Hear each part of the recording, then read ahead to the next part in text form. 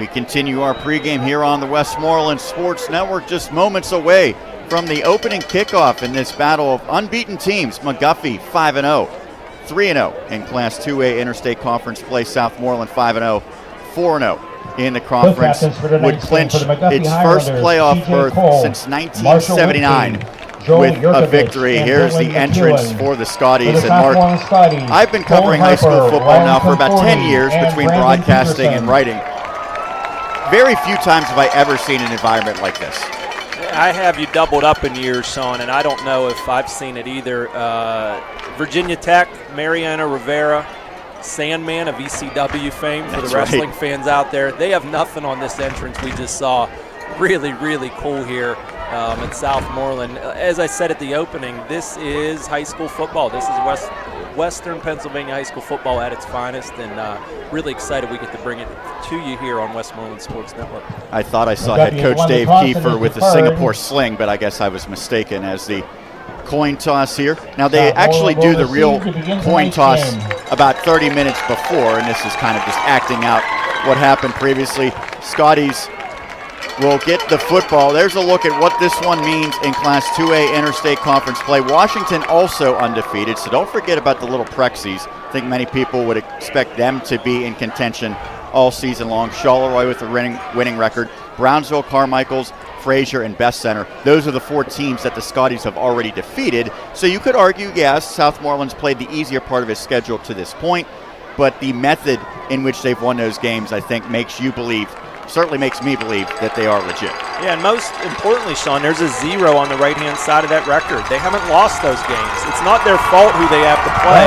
You can only play who's in front of you. And so that's what they've done, and I think that's hats off to them. Coach Kiefer really getting excited here for the community. Look at this crowd, Sean. Absolutely incredible. Last call, they said 50-50 over $1,000. So somebody will go home happy here this evening. McGuffey to kick off to begin this one. Ball spotted at the 40-yard line for Nate Witkowski, a junior kicker. Back for the Scotties, Riley Comforti and Anthony Stewart. Quick note, Sean, both coaches very high on their kickers. Don't underestimate the importance of kickers in a game like this. Now, Witkowski has field goal range up to about 50 yards, we were told by Ed Dalton. Andrew Rodriguez on the other side has missed just one extra point all season. And we are underway. It is a short kick fielded at the 49-yard line by the Scotties Upman. And Southmoreland will have great starting field position. It was Joey Stebbin, and he showed some hands there. The big man, the Scotties will start right by midfield. Don't think that might be the last trick at Dalton tonight. He's been around for a while, won some big games. The trick plays are certainly something up his sleeve, and good for Southmoreland. Wasn't caught off guard, hung in there, and they're right at midfield here to get going. I believe I initially attributed to Joey Stebbin 54 as Brady House 64. Scotties offense on the field at the 49-yard line to begin this one. Fake of the handoff by quarterback Zach Cernuda. Looks a pass. That pass is complete. And yards after the catch for Anthony Govern. Govern, he's a tight end, he's a fullback, he's a halfback, he does everything. That's his 6th reception of the season. It goes for a first down to the 36. Look at Brandon Peterson here, 15, with a little peel back block there. Probably sprung him for another 5 yards. And Ed Dalton straight to it. The Southmoreland fans getting behind their group. A timeout already. Just 2 plays into this contest. 11 seconds have elapsed. Obviously, the Scotties faithful like to see that. What do you think would be the reason for such an early timeout? You know, Ed Dalton, a former basketball coach at Purchase Line, so he certainly has that sense of what runs feel like and momentum and all of those things. And with the onside kick that didn't go their way, an early pass from a quarterback who's had a great season, he may just feel like it's one of those 8-0 runs in a basketball game. Let's call timeout, get the guys organized, and try to break their rhythm. Scotties have it at the 36, clad in the home black jerseys with the red numbers. Cernudo out of the shotgun. Hands off to Colt Harper. Harper makes a man miss. He's in the open field. Hurdles a defender inside to 30, down to about the 27-yard line. Colt Harper, 15 touchdowns on the season. and he comes awfully close to moving the sticks again. They'll spot it less than a yard shy of the first down marker. You've already seen Southmoreland get under the center, also go shotgun. This is the sort of variety in their offense that Ed Dalton was expecting, and Coach Dave Kiefer has also instilled. So it's great to see them getting going early on. 2nd and 1 at the 27. Not even a minute into this first quarter. Cernuto drops back to pass, takes a shot towards the end zone, has a man, but it was over the wrong shoulder intended for Brandon Peterson. Peterson, the 6'4" senior, unable to make the adjustment. It falls incomplete. And that's the down to do it, right? 2nd and 1, you have a strong running game you believe in, and take a shot. And if nothing else, maybe you just make those safeties take a step or two back and let the play action help you a little bit better down the line. That was Jared Johnson, one of the starting cornerbacks on the coverage there for McGuffey. Brings up 3rd down in what would probably be 4-down territory. Cernuto now under center with the I formation. And movement up front. Flag comes flying. Looks like maybe on McGuffey, but were the Highlanders drawn off? Indeed they were. It goes against Southmoreland. So a 3rd and 1 now becomes a 3rd and 6 for the Scotties. And something to remember, number 44 for Southmoreland, Brett Huffman, a senior, out, apparently with a knee injury. But that affects the formations there for Southmoreland in the short yardage situation. Another timeout taken by McGuffey. Now this is the first half, so it's not probably as critical to save those timeouts, but Ed Dalton calls for another halt in the action. With that break, let's take a look at the starting offense for Southmoreland. Along the line, the tackles 78 James Skrypak and 55 Logan Todd. The guards are 71 Cam Ambrisco and 52 Corey Ansel. Jake Poole, number 65, starts at center. The receivers, number 11 Riley Conforti, number 15 Brandon Peterson, 22 Isaac Trout. The do-everything, if you will, the H-back Anthony Govern, number 5. The running back, number 9 Cole Harper, and of course, junior quarterback Zach Cernuto, clad in number 10. After the halt in action, 3rd and 6 for Southmoreland. Conforti goes in motion. Cernuto looking to pass again, and he overshoots his intended target, trying to hook up with Govern that time, maybe a little too far in front of Govern, brings up 4th down, and now a decision for Coach Kiefer. Yeah, it looks like they're going to go for probably a hair out of their kicker's range here for a field goal, and you got a free, great field position there with the onside kick attempt, so you might as well try to take advantage of it here, and passing the ball is certainly not a strange play for Southmoreland. It would be a big stop for McGuffey, conversely. 4th and 6, not even a minute into this game, already a crucial scenario. High snap. Cernuto has some room in front of him. He tucks and runs, and it looks like he got just enough for the first down, depending on where they spot it. They mark him at the 20. That will be enough. A first down, courtesy of the quarterback, Cernuto. Just looks really calm there. Even with a little bit of pressure, it's not a panic button for him. A junior, but he's taken a few snaps in his career, and first down, big one there for the Scotties. Yes, Cernuto, to your point, last year as a sophomore, threw for more than 1,900 yards. Right on the edge of the red zone. Cernuto hands off to Harper, and he has met immediately a slew of defenders, including Aiden Brookman in there on the tackle. No chance for Harper. It's a short loss. Ed Dalton felt like his front defensively would be a strength of theirs. They hadn't seen a lot of running set up to this point. Teams have just been passing, and I think Southmoreland likes the balance offensively. We hear about the passing connection, but you got to be able to run, to set that up, and didn't get anywhere on that one. The defense for the Highlanders, they run a 5-man front. The D-ends are 39 McKinley Whipke and 76 Dylan McCune. The D tackles are 78 Aiden Brookman and 71 Preston Fisher. Charles Ianello, 53, is the nose guard as the Scotties take this one up the middle. Goes for about a 4-yard, maybe 5-yard gain for Cernuto, making it a more manageable 3rd down. The other starters defensively, the linebackers, 12 Rocco Falosk, 35 Tom Sells, 44 Jeremiah Johnson. The cornerbacks, 32 Jared Johnson and 29 Nate Yeagle, and the free safety is 11 CJ Cole.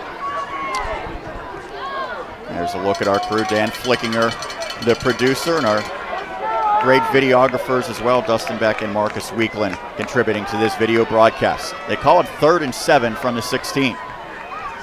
Cernuto has some time, takes a shot towards the end zone, hangs high in the air, flag comes flying. It's incomplete.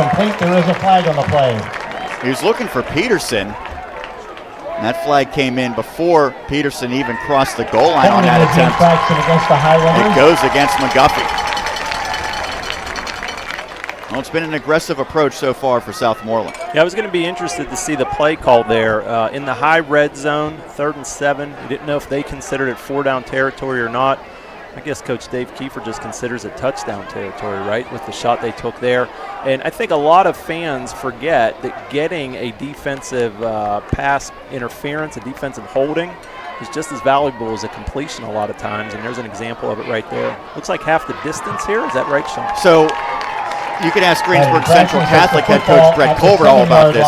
He mistakenly thought it was an automatic first down. It is not. It depends on the yardage.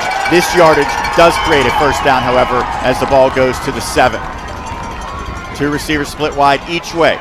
Cernuto instead takes it up the middle, gets to the 5, to the 4, and he's hammered, still on his feet before he's driven backwards. They'll spot him at the 5-yard line, but Cernuto showing his running ability in the early going on this first drive. It's now a double-digit play drive to start this contest. 5-yard line. Clearly a design run all the way. The guard pulling out there in front to try to give him a lead block. Cernuto hanging in there.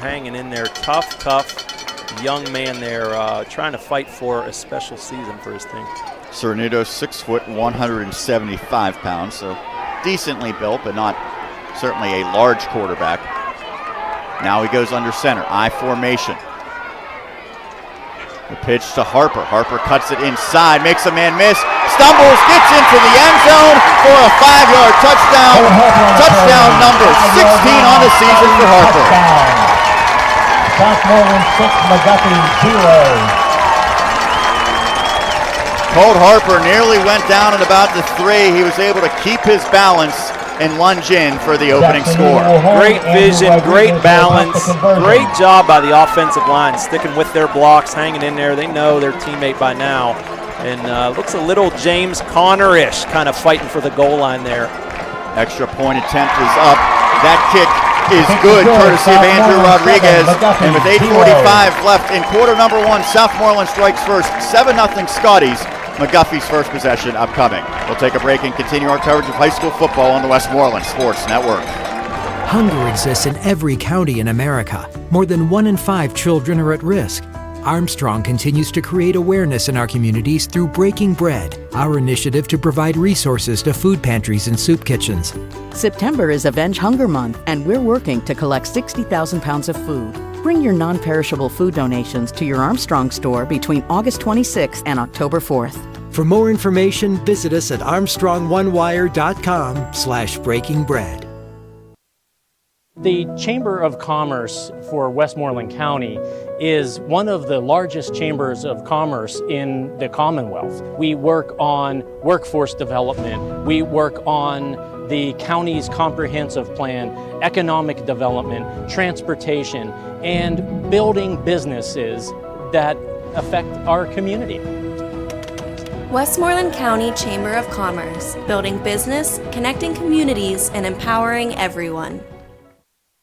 Jared Johnson on the kickoff return for McGuffey, gets past the 30, lunges out near the 35-yard line. Nice return for Johnson as he fielded the kick from Andrew Rodriguez on a bounce, and now McGuffey tries to respond with its first possession. Take another look at the 5-yard score, courtesy of Colt Harper once more. And again, the offensive line just kind of hanging with their blocks, getting second level there a little bit, and Harper straight from scoring a touchdown to then getting the tackle on the kickoff, and now sitting right at his linebacker position. No rest for the weary here, that's for sure. It looked like the guard, Corey Ansel, 52, actually helped push Harper into the end zone from about the 3. First play is an end-around sweep and a big gain here for Yeagle as he's driven down. Flags come flying everywhere. Yeagle with the carry got near midfield to the 49, and yardage will be tacked on the end on the penalty for the Scotties. Yeah, we told you after the opening kickoff there that this would not be the end of the tricks for Ed Dalton. Certainly not on that level, but you see a little fake of the reverse here, and a great play to get momentum going their way. Add on the 15 with the face mask, and all of a sudden McGuffey in plus territory.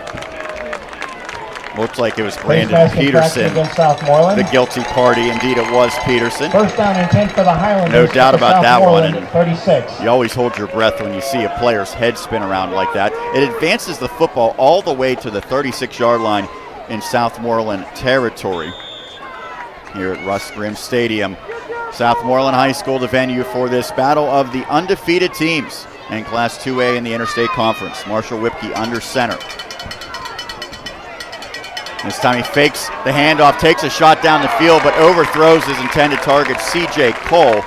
We mentioned Cole at the onset, a big target at 6'5", 190, but he needed to be nearly 7 foot to have a chance at that one. See Ed Dalton breaking a little bit of tendencies here. The flex bone, as most know it as, is an offense. You see a lot of those handoffs, those dives, some option reads. We've seen fake reverse followed up by a little pop pass-ish there down the middle to the C.J. Cole, the three-sport athlete. So Ed Dalton breaking tendencies, trying to open it up a little bit here in the early going. It was a battle of 11s. Number 11 for Southmoreland, Wiley, Conforti in coverage. Second down, the handoff goes to Yeagle, and he's drilled after a short gain. Picked up maybe 2 yards. Yeagle, who had that first down pickup on the first offensive play for the Highlanders. Gain of 2 on the play. Brings up a 3rd and 8 scenario for the visitors. I don't know about you, Sean. I'm thinking 4-down territory here for the Highlanders. With a good kicker, 50-yard range, but still down 7-0. Want to take advantage of it when you can. And that would be right on the fringe of 50 yards. Fake of the handoff again. Whipke rolls to the near side. Looks pass incomplete. Tight coverage courtesy of Zach Cernudo. As the intended receiver, Jared Johnson, could not make the catch on the pass from Marshall Whipke. Brings up 4th down. Now we'll see if it is indeed 4-down territory. Looks like the offense is going to stay out there. Boy, you could look at that a few ways. I don't know. If I was at Dalton in the NFL, I might throw a challenge flag, but we don't have that here. But we do have great instant replay from our cameraman and producer Dan Flickinger. Really, really great stuff here at Westmoreland Sports. Looks like they're going for it, Sean. 8 yards to go. They have to get the football to the 27-yard line. Tight formation, fumble of the snap. Fumble on the play. And the Scotties right there, a turnover on downs. Marshall Whipke never seemingly got a good handle on that. And Southmoreland comes up with a big defensive stop. However, the Scotties take over first and 10. Momentum is clearly on the press box side of the stands right now, Sean. And I think you wonder if the crowd noise played a little hand here. Certainly the Southmoreland faithful would want to agree with that. Marshall Whipke wisely just falling on it, say, hey, you know what, we'll go play defense, live to have another day here, and see if our defense can get a stop. It goes as a turnover on downs because Whipke did recover. It was really inconsequential, however. Had the Scotties recovered, it would have yielded the same result. Ball at the 35-yard line for Southmoreland's second offensive possession. Cernudo under center.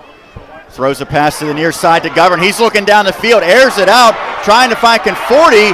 Broken up, nearly intercepted. C.J. Cole showing his great length and recovery.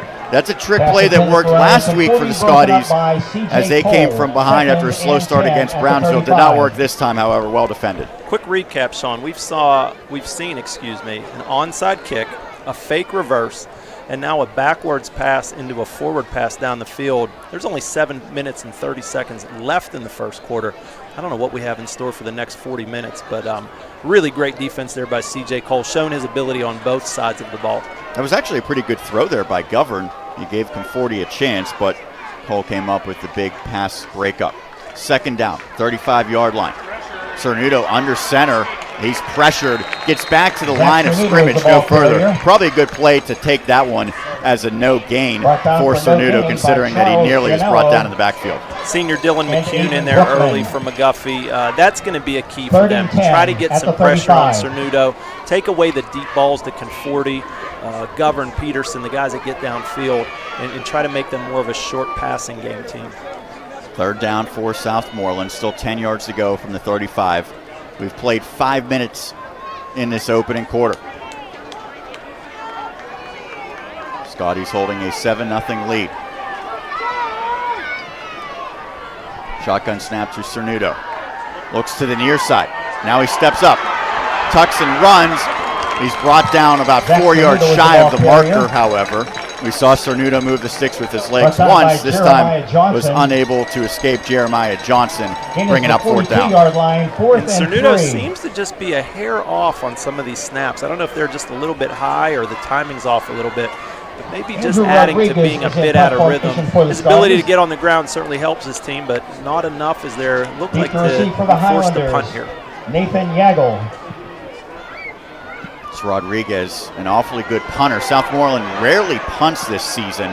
That speaks to the offensive success as this one rolls near the 20-yard line. They'll touch it down at the 22. At the 22-yard line where McGuffey begins first. Well, they haven't had a lot of practice punting, but that's something that I think is just okay with Dave Kiefer. Turns out pretty good as the Highlanders start deep in their own territory. Well, in his playing service, how about this, Sean? Remember a few years back, got completely wiped out with big storm and flood, and they had to play some home games on the road, and what a great surface, great stadium here. I think they were playing at Cal U for a while with some of those games. Yeah, and really recovered well. Neat to see this. So the Highlanders get their second crack on offense. Whipkey under center. Hands off up the middle. Not much rushing room there as the Scotties sniff that one out. Short gain on the play for McKinley Whipkey. McKinley is the junior, a year younger than Marshall, the senior quarterback. McKinley leads the team in both rushing attempts and rushing yards on the campaign. They really divvy up the rushing opportunities, however, as typically you will find with a triple option offense. 2nd and 9 after a short gain. A pitch. Scotties again there defensively, and they bring down Marshall Whipkey after another short gain. Jared Johnson is the ball carrier. Excuse me, that was Jared Johnson, number 32, brought down by Colt the junior. If you watch here, Sean, the quarterback turns and then becomes a blocker. That's the way that's coached on that play, to try to give you a little numbers advantage there. 3rd down and 5. A gain, but not what McGuffey wanted. 3rd and 5, 3rd and medium. Still where Southmoreland, I'm sure, would love to have McGuffey here for the bulk of the game. There you see some of the defensive linemen for the Scotties. 64 Brady House. Corey Ansell, 52 next to him. 3rd and 6, ball at the 26-yard line. Whipkey fakes the pitch. Now he looks to pass, steps up, runs laterally, and he's brought down at the 20-yard line. Well, Marshall Whipkey, when he decided to tuck and run, instead of going north and south, he went east and west. It proved costly. Yeah, and give the Southmoreland defense so much credit here. Patient, stayed attacking, didn't go for any fakes. You take a look here, there was just a lot of black shirts there at the end right around him. And really disciplined here defensively. The offense gets all the publicity, excuse me. This defense has been good enough to win 5 games. It looked like Colt Harper, the linebacker, maybe was spying Whipkey that entire play. Brings out the punt team, and it is the quarterback, Marshall Whipkey. And he sends this one sky high, but not particularly deep. It bounces and angles out of bounds at the 40-yard line on the plus side of midfield for the Scotties. 1st and 10. A great starting field position for the second time in this game for Southmoreland. I don't think Dave Kiefer has to worry about getting his steps in. You watch this guy on the sidelines. He is back and forth all around. I'm sure Scotty fans will remember a year ago in the season opener when they beat Mount Pleasant. That video, Sean, as you know, went viral on Twitter. He looked like a kid on Christmas Eve jumping up and down. So really excited, and the team follows that. You can see their energy. It's authentic and it's genuine, and it's really contagious. The former Marine, Dave Kiefer. Snap to Conforti, and he looks to run. Conforti makes a man miss inside the 35, forced out after crossing the 30. A first down pickup for Riley Conforti. They've shown a lot of different tricks in the early going. How the Scotties, Conforti with his 10th carry of the season. different formations here, and that just wears on you defensively. You have to adjust the schemes, get your formations yourself right, and Southmoreland keeping them on their toes, which has really led into it. You don't score as many points as they do by accident, and you can see the plethora, if you will, of offensive options they have. You can also see Dave Kiefer pacing back and forth on the sideline. Second year as the head coach. He was an assistant previously here at Southmoreland, Bentworth, Mount Pleasant, Greensburg Central Catholic. 28-yard line for this first down snap, and more running room for Colt Harper. Nearly broke that one. He's tripped up after getting inside the 20. It's close to another first down, and indeed they do move the sticks. Boy, this offensive line looks like they're pushing the sled around, the 7-man sled. Look at this surge here. Just sealed off a wall there. Wow, great work from that offensive line, and Harper finding the crease, and I'm sure he thanked his buddies on the way back to the huddle. And Govern, who was out in front blocking, didn't even have anyone to block initially. Down to the 18 in the red zone once more for the Scotties. They go I formation. A little more than 3 minutes to go in the opening quarter. It's Harper again. He continues to churn, stays on his feet, into the end zone. The ball is loose. Harper is on it. Either way, it's a touchdown from 18 yards. Southmoreland up 2 scores. We've talked about, boy, it's hard to talk, Sean, with this crowd, but we've talked about the multiple formations and things from Southmoreland. If I believe right, this is the same play back-to-back. I think Coach Kiefer and his crew saw something they liked, and they figured, why complicate things? I formation. You see him go off to the left side here. There's Govern back out in front. Just enough to get his buddy free. Into the end zone. Holt Harper, 13-0, about to make it 14 with the extra point. Rocco Falas did a great job trying to get that strip at the very end. Harper had already crossed the goal line, however, as the extra point by Rodriguez is good. 14-0 Southmoreland, 3:14 remaining in quarter number 1. We'll take a break, continue our coverage here on the Westmoreland Sports Network. That's the power of Bowser. The power of Bowser just got more powerful. Introducing Bowser Chevrolet, now in Monroeville and Beaver Falls. Shop our huge selection of new and pre-owned cars. Save time and money. Put Bowser Chevrolet to work for you. Get the best price on a new Chevy up front and guaranteed. Before you buy anywhere else, get to Bowser Chevrolet in Monroeville and Beaver Falls. That's the power of Bowser. The Southmoreland Football Boosters are helping make tonight's live broadcast possible here on the Westmoreland Sports Network. President Amber Cernudo, Vice President Becky Oravets, Secretary Jennifer Poole, Treasurer Becky Rodriguez, and the entire Boosters wishes good luck to Coach Dave Kiefer and the Scotties this season. Thanks to the Southmoreland Football Boosters, making it possible for our student athletes to experience high school sports at its highest level. Kickoff fielded by Jared Johnson. A nice return as he nearly broke that one to go to distance. Instead, he stopped First down and 10 for McGuffey at the Highlanders. just shy of the 40-yard line. Take another look at Jared Johnson. He looks like a dangerous weapon in return game already in this one. Yeah, and that first kickoff, you saw a little crease there, and then obviously he found a little bit more there again. And by the way, real quick, thanks to the Boosters from Southmoreland for doing this. Just a wonderful thing for their players, the keepsake. Certainly you can get the archives online, and just a great resource. 38-yard line is where this drive begins. Handoff goes up the middle. Not a ton of running room that time for McKinley Whipke as he's brought down after a gain of, well, gets out up to about the 44-yard line, so it goes for 5 yards. Good job churning his legs at the end there for Whipke. And Ed Dalton, 32 years. Here we go again with the touchdown. What a fun run here by Harper.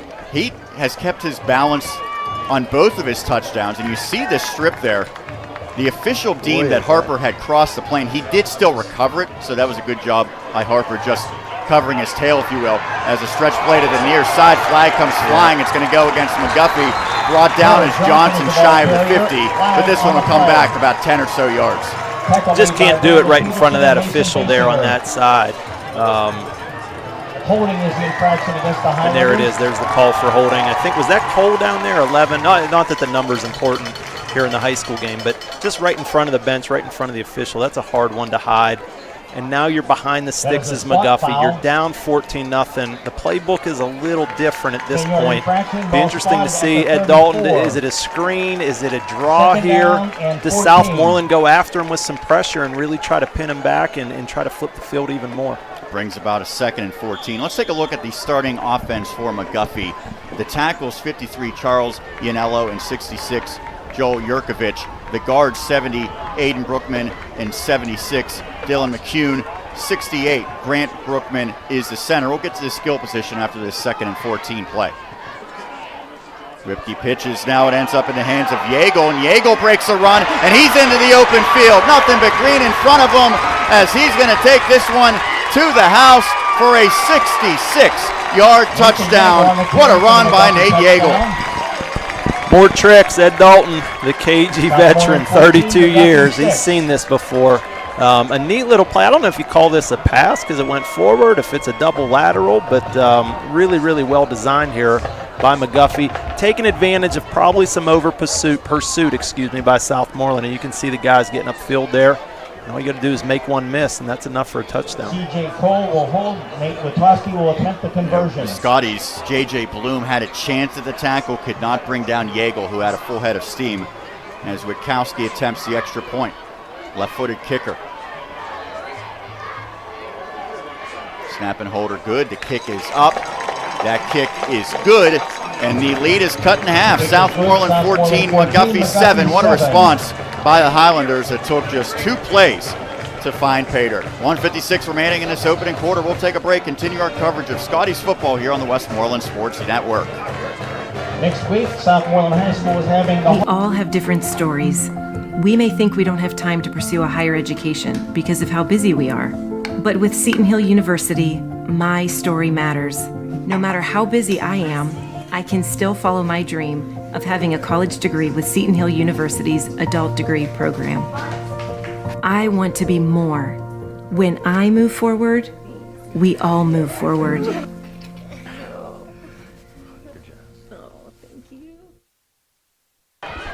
No surprise, the offenses have come to play. First quarter, 14-7 the lead in favor of Southmoreland. Scotties providing the first 2 touchdowns, but a response on a 66-yard Nate Yeagle touchdown run. Back to receive.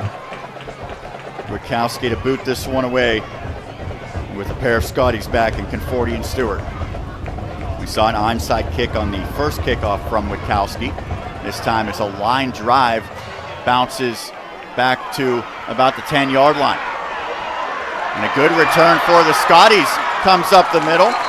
There's Anthony Govern, who is back there, and Govern gets it across the 40-yard line. Once again, good starting field position for the hosts. Yeah, you saw a little crease there developing as soon as he got it, and you have to wonder if the squib kick is by design once you see a return like this. But Southmoreland, just great field position tonight. Certainly has worked to their advantage, and a big play offense as well. And Govern didn't necessarily look like a burner on that return, but he was able to find a crease. And the offense back out there for Southmoreland. Touchdowns on 2 of the 3 first drives of this game. Quick pass, a dangerous one. It is caught and now driven backwards is Brandon Peterson. They'll go for a loss. That one actually would have been better off had Peterson not caught it, but you understand why he did with the player bearing down. It very easily could have intercepted it as well. Certainly, and again, you just see the timing might be a hair off here. Plays like this really require precision, and Cernuto just a little bit high on the snap there. Peterson, maybe the block was a little early. All that stuff adds up. I think it's the first negative play we've seen from Southmoreland, if I were to guess. Brings up a 2nd and 13 after the 3-yard setback. New rule this year at the high school level, 40-second play clock that begins after the previous play concludes. As the Scotties send 3 receivers wide to the near side. Colt Harper, the sidecar for Cernuto. Now a man in motion and Trout. Pass is caught to the near side by Conforti, makes a couple players miss, brought down at about the 46-yard line. That's what Riley Conforti does. Yards after catch. That time he wasn't able to break it free, but made a much more manageable 3rd down. And certainly this is an extension of the running game for Southmoreland, being able to give a player like Conforti the ball. The 3rd leading receiver, tied for 3rd, entering tonight in the Whippeal. He certainly has had his money's worth throughout this season. tied with another Westmoreland County standout, C.J. Waldeer of the Yawk Cougars, who are in action tonight against Freeport. 3rd and 6, final 20 seconds of this opening stanza. Trout goes in motion again. Now a shot into double coverage thrown out of bounds. I think Cernuto, as he was releasing, realized there was no room there, threw it out to bring up 4th down. I don't know if that's really triple coverage, but it certainly looked like 3-on-1 there from McGuffey as that pass went. They know where the play's going. We've seen that before a few times here in the first quarter. And Southmoreland to punt once again. Punt formation for the Scotties. Rodriguez punting. He hasn't gotten this much work all season long as a punter. You see Nathan Yeagle back deep. Yeagle has the touchdown run. That one blocked. It was blocked by McKinley Whipke. Now it's a loose ball picked up by McGuffey inside the 20-yard line. What a key special teams play by the Highlanders. Their head coach, Ed Dalton, said he thinks his team can win 2 games by special teams plays throughout the course of the year. That's a massive play there to turn momentum. Just untouched, absolutely untouched off the edge. A starter on special teams, and you see why. Untouched. Sean, I don't know if I could have got there. I know my wife, who recently qualified for the Boston Marathon, could get there. But, yeah, certainly a wide open path there at the punter. And this thing has really changed the complexion of it all within the first quarter. So it goes for a turnover as the Highlanders recover. They now take over at the 15-yard line trying to pull even. Fake of the handoff, and now Marshall Whipke into the open and into the end zone just that quickly, a 15-yard score. Team leading 8th touchdown on the ground this season for Marshall Whipke, the senior signal caller. Yeah, and talking to Ed Dalton earlier, he said about the pressure it puts on defenses, how disciplined you have to be to guard this type of an offense. And you can see here an advantage of it. There's no tricks there. That's just a fake dive and keep, and now we're a point away from being back where we started, even up going into the second quarter. So Katarski out to attempt the equalizing extra point. First quarter clock has expired. As this one is up, absolutely blasted as it heads into the parking lot. It is good through the opening 12 minutes. Nothing has been decided. It's 14-all McGuffey, Southmoreland, a battle of unbeaten teams in Class 2A. We'll take a break, come back for quarter number 2 here on the Westmoreland Sports Network. Excella Health wants to know, how can we help you today? Can we help you find a doctor? Schedule a same-day appointment. Choose just the right service for your health concern? As your healthcare partner, Excella offers hundreds of primary care and specialty doctors, along with outpatient testing, rehab, and nationally recognized heart care, surgery, and orthopedics. To learn more, visit excellahealth.org or call 1-877-771-1234. Stay up to date on the latest happenings in Westmoreland County sports in our Westmoreland Sports Notebook every Monday on westmorelandsports.com. We take a look back at the week that was in Westmoreland County sports with any news you may have missed during the week, like updates for high school football, soccer, and volleyball, area coaching changes, individual accomplishments, and so much more. Grab some coffee and start your week with our Westmoreland Sports Notebook every Monday this fall on westmorelandsports.com. First quarter complete. It is 14-all McGuffey and Southmoreland in this marquee matchup here at Russ Grimm Stadium, Alberton, Pennsylvania, and Southmoreland High School. Sean Meyers, Mark Katarski on the call. Thank you everyone for tuning in, whether you're watching live or archive for this video broadcast. Scotties started off terrifically, scoring the first 2 touchdowns, but the response by McGuffey with a special teams play looming large as well. Yeah, the over is going to cover tonight, Sean, I think pretty clearly. This has a feel of one of those whack mid-90 games at BYU's San Diego Stater, where the last one to score wins. But or a Pac-12 game from a couple weeks ago, right? That's right, the UCLA-Washington State game. But what a wonderful atmosphere, weather night. This is just the way it should be. And quite frankly, that response by McGuffey was much needed because this one could have gotten out of hand in favor of the Scotties with the way the crowd was reacting and the home team was pumped up as a high kick, complete opposite of the 2 prior ones. Fielded at the 15, some confusion for the Scotties. It looked like Basinger did not realize that he was able to return it. He sort of looked to the sidelines, ultimately was able to get about 15 yards on the return out to the 30. I don't know if we'll see her on the replay. Was there a – no, I don't see a fair catch. He literally stopped and looked at his sideline before deciding to run, and he still got 15 yards on the return. Maybe it's a design play. You never know. But 30-yard line, the worst field position they've had, but it's clearly not bad field position. And Southmoreland trying to answer. I think they need a little momentum here. Scotties' last drive ended with a 3 and what should have been out, but again, the punt was blocked courtesy of McKinley Whipke, as the officials are now going to confer. Scoring update around Westmoreland County. EF holding a 14-0 lead over Derry area. Bell Vernon leading Greensburg-Salem 7-3 as well. Those are some big matchups. McKeesport 7, Greater Latrobe 0. Norwin up on Butler 14-0 late Someone first in the crowd quarter. has been blowing a whistle, and you will be ejected So from they the are stadium. now making an announcement to the fans in attendance. allow the players Apparently to play, someone has been the coaches to imitating coach, a and the whistle. officials I guess to they have brought in officiate. their own whistle, you would venture to say. And the officials will not put up with that, of course. So the warning has been given. 30-yard line is where this drive begins for the Scotties. Hand off to Harper. He's been dynamic. Brought down hard after a Harper is the 6-yard ball gain. carrier. Rarely do you see Harper ripped down, but give credit to Jeremiah Johnson on the tackle. Well, I think that explains the confusion we saw there. 36-yard And good for the line, officials. 2nd That's a and safety 4. issue, really, with the whistle is what that comes down to. And good for them trying to maintain control here in an atmosphere like this. Southmoreland, I think, has had some real success just lining it up, I formation, off that left side they seem to really like. 2nd and 4 here. Colt Harper had 471 yards rushing coming in. He has certainly added to that total significantly. This time, the handoff to the up man, not much running room. We'll see where they spot it, but it looks like it's going to go for Anthony about Govern is the ball carrier. maybe a 1 yard No gain on the setback play. as Anthony Actually, Govern loss of a got that yard. handoff. They will call it indeed a 3rd and 1 yard 5 loss, bringing up a at the 3rd 35. and medium, 5 yards to go for the Scotties. You wondered when that fullback dive might come into play there, just to keep the defense honest. 3rd and 4 got a lot of routes. We've seen shotgun here in this down and distance before. Govern was the fullback on that play, but they split him all over. He's somewhat reminiscent of Kyle Juszczyk, as the Steelers just saw against the 49ers last week. Handoff up the middle goes nowhere. Colt Harper is the ball Dylan carrier. McCune explodes through. A terrific play from the defensive end. The senior comes up with a tackle for loss, and the Scotties, for the 3rd time in this game, will call upon the punt team. Yeah, at about 8 minutes in the first quarter, we said momentum was clearly on this side of the stadium. I guess he's Andrew out Rodriguez getting a break is or in buying formation 50-50 for the tickets Scotties. right now. But McGuffey, and you knew the penetration up front would be Nathan important Yago for them. in deep McCune, a receive for the senior, he knows Highlanders. how important this game is, really stepping up there for Ed Dalton and his Highlanders. Colt Harper just gave a message to the punter, Rodriguez.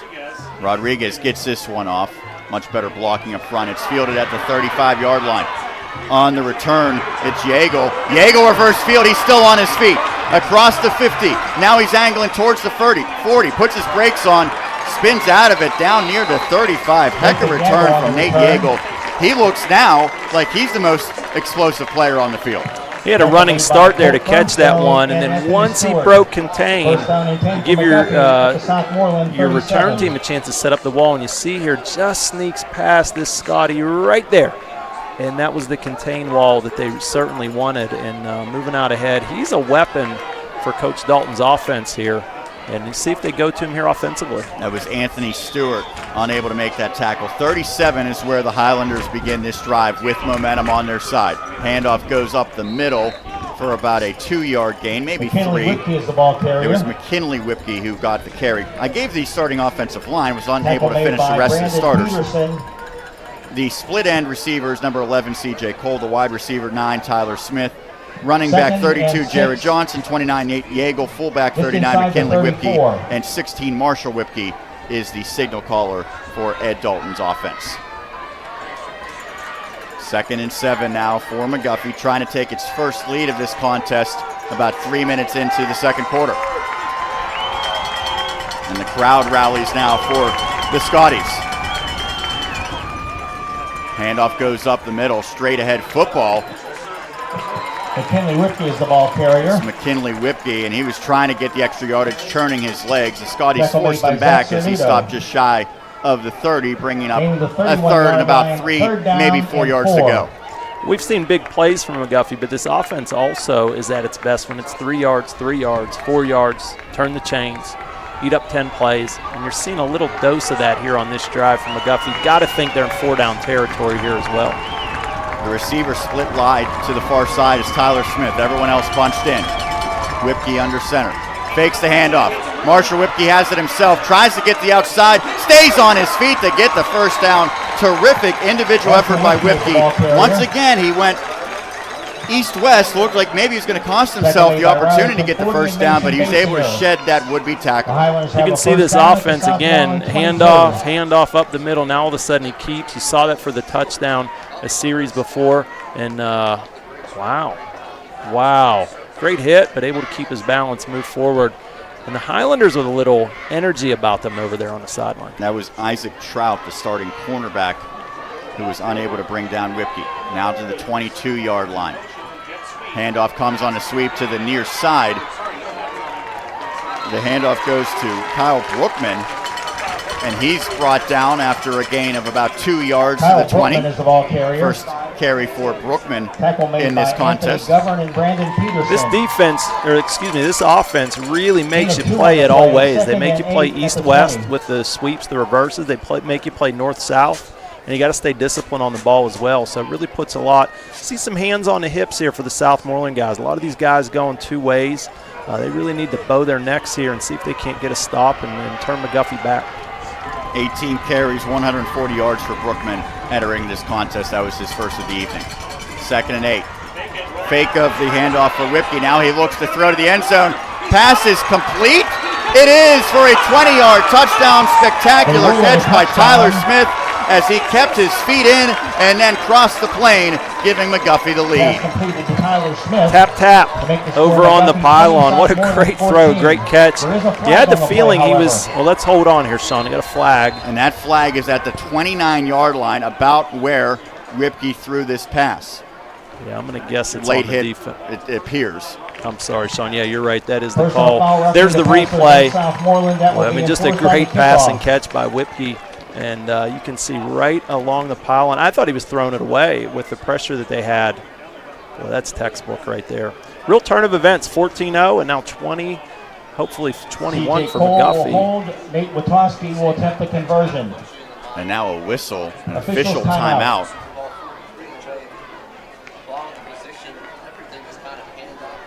What a terrific throw. We said Whipke doesn't throw a ton, but he's been very efficient when he does. That time threw it where only his receiver could make the play, and Tyler Smith made that play. Just his 4th catch of the season, his first career touchdown for Smith. Witkowski on for the extra point attempt.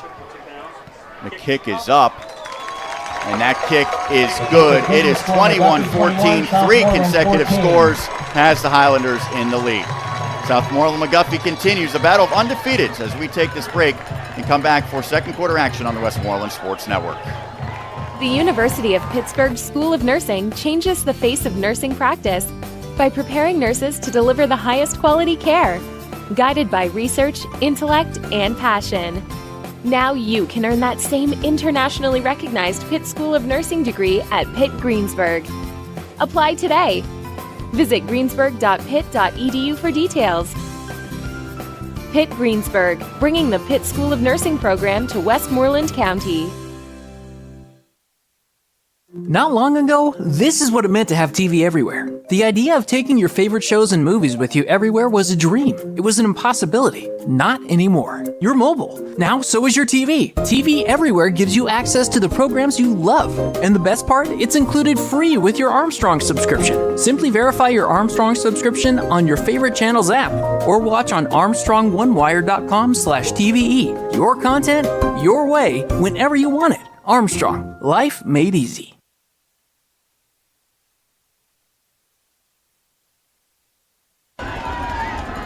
The Scotties now facing their first deficit of the night. 3 consecutive scores for McGuffey as the Highlanders ahead 21-14, 7:02 remaining in quarter number 2. Sean Meyers, Mark Katarski on the call here at Southmoreland High School. As after the penalty was enforced on the kickoff, it's sent through the end zone by Witkowski. So the Scotties will begin another possession, and they really need to put a nice sustained drive together, get momentum back on their side. Yeah, you just took the words from my mouth, Sean. I think getting a rhythm, and we've seen some of that good run. When Southmoreland's at their best, it's run, it's little play action, it's a little shotgun. It's a nice rhythm with it.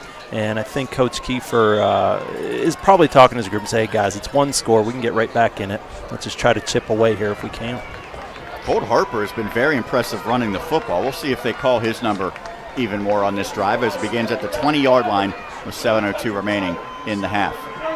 Instead, it's a handoff to the near side for Conforti. Conforti makes a man miss as he gets a first down pickup across the 30. Ultimately forced down at about the 31-yard line on the tackle for McGuffey. That time it was the 32-yard linebacker Thomas Sells. That's the same formation McGuffey gives. You wonder if Coach Kiefer said it's so hard to defend, let's run it ourselves.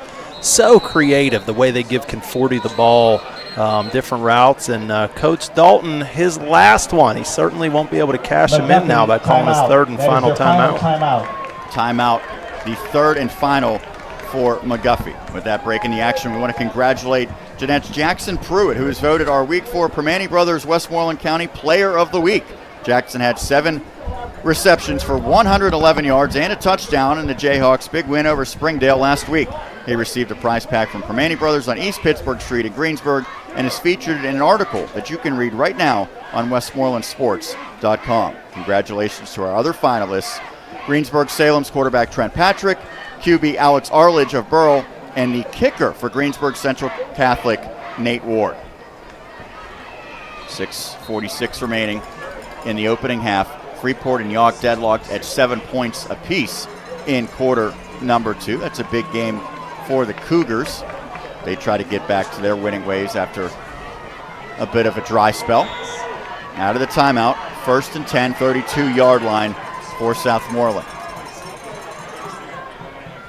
Harper up the middle, looking for blocking, bounces off, but is ultimately brought down to the turf by Dylan McCune. Nice first down pickup, however, for Harper of about 6, maybe 7 yards. Left side again, Sean. They seem to really like getting behind James Skrypak, Cam Ambrisco, even Jake Poole there in the middle. Just sort of line up behind him and go and moving the ball forward. 2nd and 4, ball at the 38-yard line, nearing the halfway mark of quarter number 2. Cernuto out of the shotgun. Peterson goes in motion. He gets the carry. Makes a man miss. He's chopped down. Football comes out, but it was after he was already down about a 6-yard loss. And that was well read by the defense. Even though Peterson made one player miss, he couldn't ultimately get free. Yeah, and really did a good job staying disciplined, setting the edge there. You can see Southmoreland trying to, and I think that one was clearly on the ground as we saw it there. 3rd and 9. Probably have to go to the air here, you would think. Conforti a little quiet in the passing game. That was Nate Yeagle, number 29, as you get a good look at him there, who made that tackle. Yeagle also has a touchdown run. I think his 66-yard touchdown was probably the biggest momentum changer of this game to this point. 3rd and 9. Cernuto has some time now. Steps up in the pocket. He looks to run. Has to get to the 42 with the lunge. I think he's going to be close. And where the officials are setting up, it should be a first down. Yeah, interesting there. McGuffey ran their 4, seemed to drop into coverage. And as you mentioned earlier, Sean, you thought they might have a spy, but this is also just a great football play by Cernuto. Stepping up in the pocket there, feeling a little pressure, finding a crease. And just with that little extra effort, look at those guys from McGuffey coming at him and just lunges forward. First down for the Scotties. 2nd first down on this drive that began at the 20 for Southmoreland. It's a 1-score lead for the visitors. Colt Harper has it. Gets across the 45, driven back after he gets to the 46. It looked like Cernuto took a shot there after he faked the run. Brings up a 2nd and about 7 yards to go. Well, this field's namesake ran that play a few times with the Redskins. The old counter tray, as they called it. Bring the whole left side over, run them out in front, be patient and get behind it, and go ahead and move it forward for a few yards there. Russ Grimm, a 3-time Super Bowl champion as a player, 4-time Pro Bowler, 4-time All-Pro, 1983 through 86, and a Hall of Fame inductee. Scotties get near midfield, but not much further for Cernuto. Cernuto can really impact the game both with his arms and his legs, but I think he and 40 for the most part have been held in check. I would say that Harper's been their best offensive weapon at this juncture. Absolutely. And again, looking at 4-down territory here, I would think you just saw Coach Ron Frederick there on the sidelines. Russ Frederick talking it over with Coach Kiefer and maybe saying to him, hey, let's go. Ron Frederick. I got it right the first time, but maybe it is 4-down territory here for the Scotties. A yard shy of midfield. 4 yards to go for the Sticks. Cernuto out of the gun. 2 receivers to the far side. He looks that direction. Again, looks to step up in the pocket. He's flushed, and he's brought down just across the 50-yard line. Aiden Brookman, one of the defensive tackles who is in pursuit. And this is not an easy decision, I would think, for Coach Kiefer. Along with Aiden Brookman. We haven't seen any signs of a punt, so 4th and 2 looks to be their thing as they do it. Coach Dalton a little animated on the sideline, out of timeout, so he's got to rely on his crew here to get the right play in. You also wonder if Southmoreland here, with all 3 left, is this where you take one and just kind of get the guys organized? 9 seconds on the play clock as they get to the line.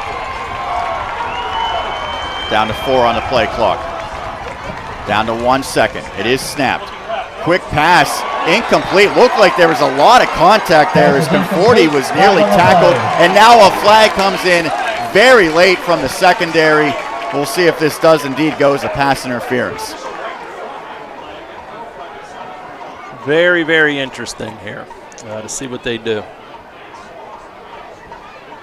I doubt Coach Dalton is saying I agree with you. Well, the officials conferring. It is. All right, so it looks like a holding as opposed to a pass interference, but the result's still the same. Take another look here. And rules are different level to level. It's behind the line of scrimmage. I wonder if there's some rules differences with that there. We'd have to get some clarification. Too bad we don't have Gene Sterator on speed dial, but that looks like holding to me. It would just be a matter of what the particular interpretation is. Al Riveron might be available. That's right. Him. Yeah, Gene's not far from here. And his father, old man Sterator, passed away late in the summer here, and what a fixture he was on the sidelines for many, many years in the white hats. So the Sterator family, big name in officiating. 39-yard line for Southmoreland after the penalty, and we're going to have another penalty. Which way is it going to go? Southmoreland's offensive lineman, Logan Todd, is saying it's against McGuffey. Well, the officials concur. They do. It is offsides.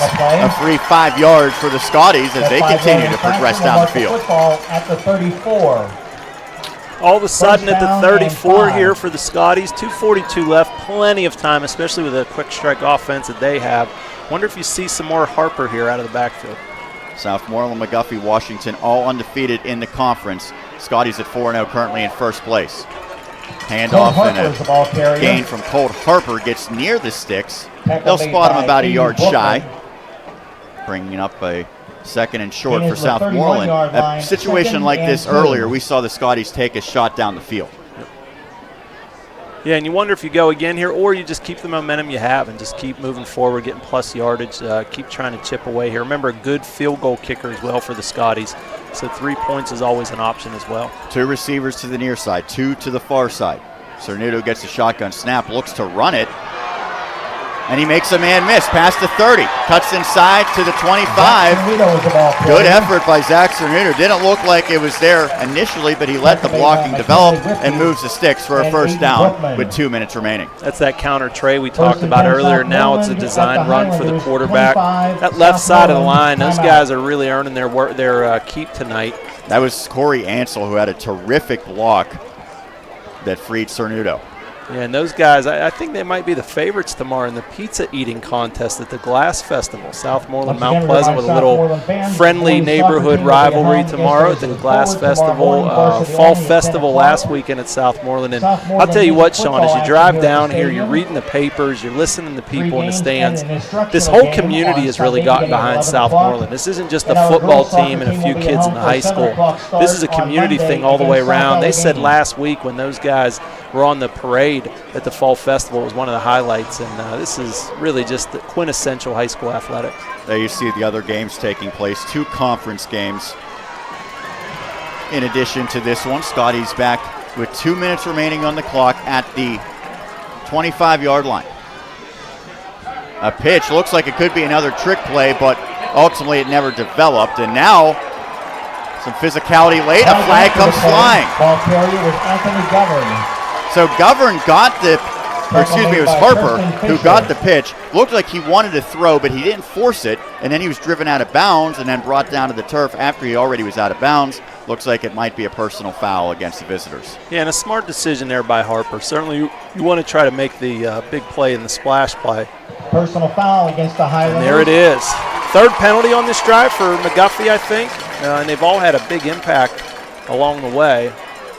So I think it's okay there, and then right there, the little extra shove. Harper probably doesn't mind that. His head coach, Dave Kiefer, described him as like a bull in a china shop. Spotted at the 13. 13-yard line for this snap. It's been a sustained drive that started at the Southmoreland 20. High snap to Sanudo, gives it to Harper, up the middle. Gained to about the 9-yard line before Harper is driven backwards. Southmoreland can get a first down inside the 5-yard line. I've used the James Conner comparison, a little Emmett Smith too, just real steady, patient, always moving forward there for Harper. Next thing you know, it's a 4 or 5-yard run. And game was just inside the 10-yard line. So it looks like a hobbled player for McGuffey. With this halt in the action, we want to let you know that for the latest in Westmoreland County High School football, tune into our brand new weekly show. It's called Westmoreland on the Gridiron, every Wednesday night at 7 on the Westmoreland Sports Network. Westmoreland on the Gridiron features discussion on the biggest stories in high school football, a breakdown of all the biggest games, plays of the week, and special interviews with a coach and a player every week. Westmoreland on the Gridiron, 7 p.m. Wednesdays on WSN. By the way, our guest coach this past week, Dave Kiefer. Handoff goes to Harper. He's hit and ultimately dragged back, never brought down, but forward progress was halted. One of the tacklers in there was Jeremiah Johnson. We called him a few times as he's come up from his weak side linebacker position. 3rd down and 7 at the 10. Southmoreland There's Johnson. Timeout for the Scotties. 1:16 remaining. We'll take one as well. Southmoreland trying to pull even. They trail 21-14 against McGuffey here on the Westmoreland Sports Network. The Southmoreland Football Boosters are helping make tonight's live broadcast possible here on the Westmoreland Sports Network. President Amber Cernudo, Vice President Becky Orovets, Secretary Jennifer Poole, Treasurer Becky Rodriguez, and the entire Boosters wishes good luck to Coach Dave Kiefer and the Scotties this season. Thanks to the Southmoreland Football Boosters, making it possible for our student athletes to experience high school sports at its highest level. Westmoreland County's broadcast home for high school sports, the Westmoreland Sports Network. 1:16 remaining in this opening half. McGuffey holding a 21-14 lead over Southmoreland, but the Scotties threatening as they're in the red zone. Ball at the 10-yard line, 7 yards to go for the first down. And 40 on a fade here down on the bottom. The roll is to Conforti's side, and it's a man wide open. The pass is complete. It's a touchdown for Southmoreland, courtesy of Brandon Peterson. Great job extending the play by Cernudo. Well, a lot of savvy from Cernudo and patience in the pocket there. You look here, and I don't know if we'll get it wide enough from our camera crews doing a great job tonight, but Conforti on the bottom. They had him in inside leverage, trying to force him to the outside, looking for the fade. And then Peterson popped up there at the end, and I'm sure we'll get a replay here after the extra point. That extra point from Rodriguez, a low snap, but he gets it up. He splits the uprights, and this game is tied with just over a minute remaining in quarter number 2. Southmoreland 21, McGuffey 21. We'll take a break, come back with the last minute plus of quarter number 2 here on the Westmoreland Sports Network. Want to know where the top area student athletes are heading to play after high school? All the information you need is on our Westmoreland County College Commitment page. The page features a list of current Westmoreland County high school athletes that have committed to play a sport at the next level. From football to basketball to swimming, from Division I to Division III, our college commitment page has you covered. Check it out now on westmorelandsports.com.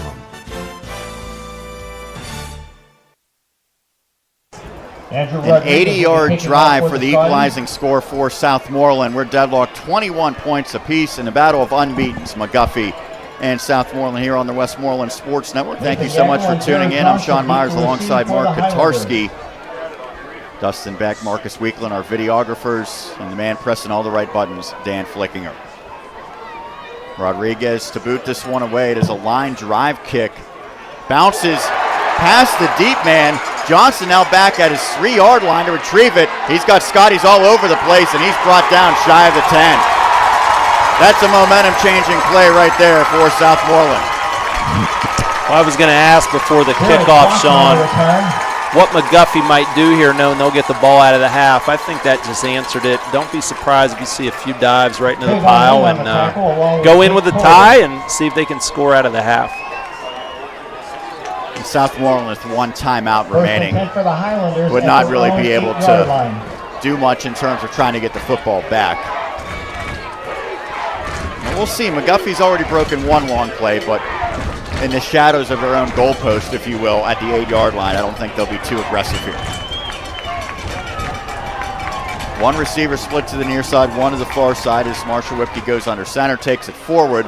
Scotties able to bring him down after a short gain. A safe play indeed for McGuffey. I think you'll see one more of those, Sean, and they'll just go into the half tied up. Along with Colt Firmstone. It's about 18 seconds difference between the play clock and the game clock, so the Highlanders do need to run another play. At the Highlanders 11. Southmoreland scored the first 2 touchdowns, a pair of Colt Harper runs, 5 yards and 18 yards, and then 3 consecutive Highlanders scores, Yeagle 66-yard run, Whipke, Marshall Whipke, that is 15-yard quarterback keeper, and then a beautiful pass from Whipke to Tyler Smith from 20 yards.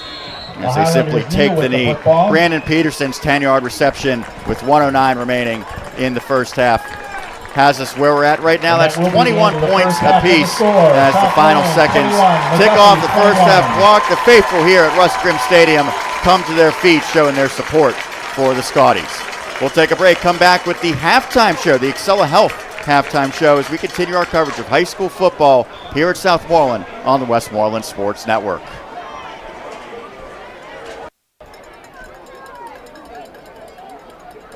Just about set to begin quarter number 3. Terrific first half action between Southmoreland and McGuffey. 21 points apiece between the Scotties and the Highlanders. Sean Meyers, Mark Katarski here on the call. Jam-packed stadium here, Russ Grimm Stadium at Southmoreland High School. I think the numbers show that attendance is down around Western Pennsylvania for high school football. You wouldn't know it looking at tonight's game, and I think this is really somewhat reminiscent of Derry area about 3-4 years ago, a program that has struggled for a long time. The fans are desperate for a winner, and I think you see that now coming to fruition with Southmoreland's fan base coming out supporting this terrific season for the Scotties. 2 great points there, Sean, and I think, football is alive and well. They said the youth program here is starting to pick up in participation. They played JV games this year, so that's a good sign as well. Squib kick that bounces at the 30-yard line for a return for McGuffey. On the takeback, it is Johnson, Jeremiah Johnson, who crosses the 40. We haven't seen a lot of deep kicks in this game, and I think that part of the game plan was maybe to take away those very skillful kick returners on each side. It's created some good starting field position, however, for the squads, as the 43 is where McGuffey begins this third quarter drive. Yeah, and I'm really interested to see what Ed Dalton does here. Does he just pound away, chip away, 3-4 yards at a time? Does he try to go with some play action, strike quick, get the lead? Be interesting to see how he attacks it. The triple option offense, the flex bone, if you will, the staple for the Highlanders. Marshall Whipke fakes a handoff. Now he just tosses this one out. Couldn't get his body squared up. He had a receiver in Cole that had single coverage down the field as his number's sake. Riley Conforti was in coverage, but ultimately Marshall Whipke wasn't able to get it there, threw it out, the safe play, bringing up second down. Seemed like Peterson was in there applying a little pressure, doing a good job setting the edge. I guess that was our answer, trying to take a shot to get it right out of the half with some play action. also the effect, maybe loosen up the defense a little bit and see if Southmoreland can stand firm here. One of these teams will taste defeat for the first time this year when this one's all said and done.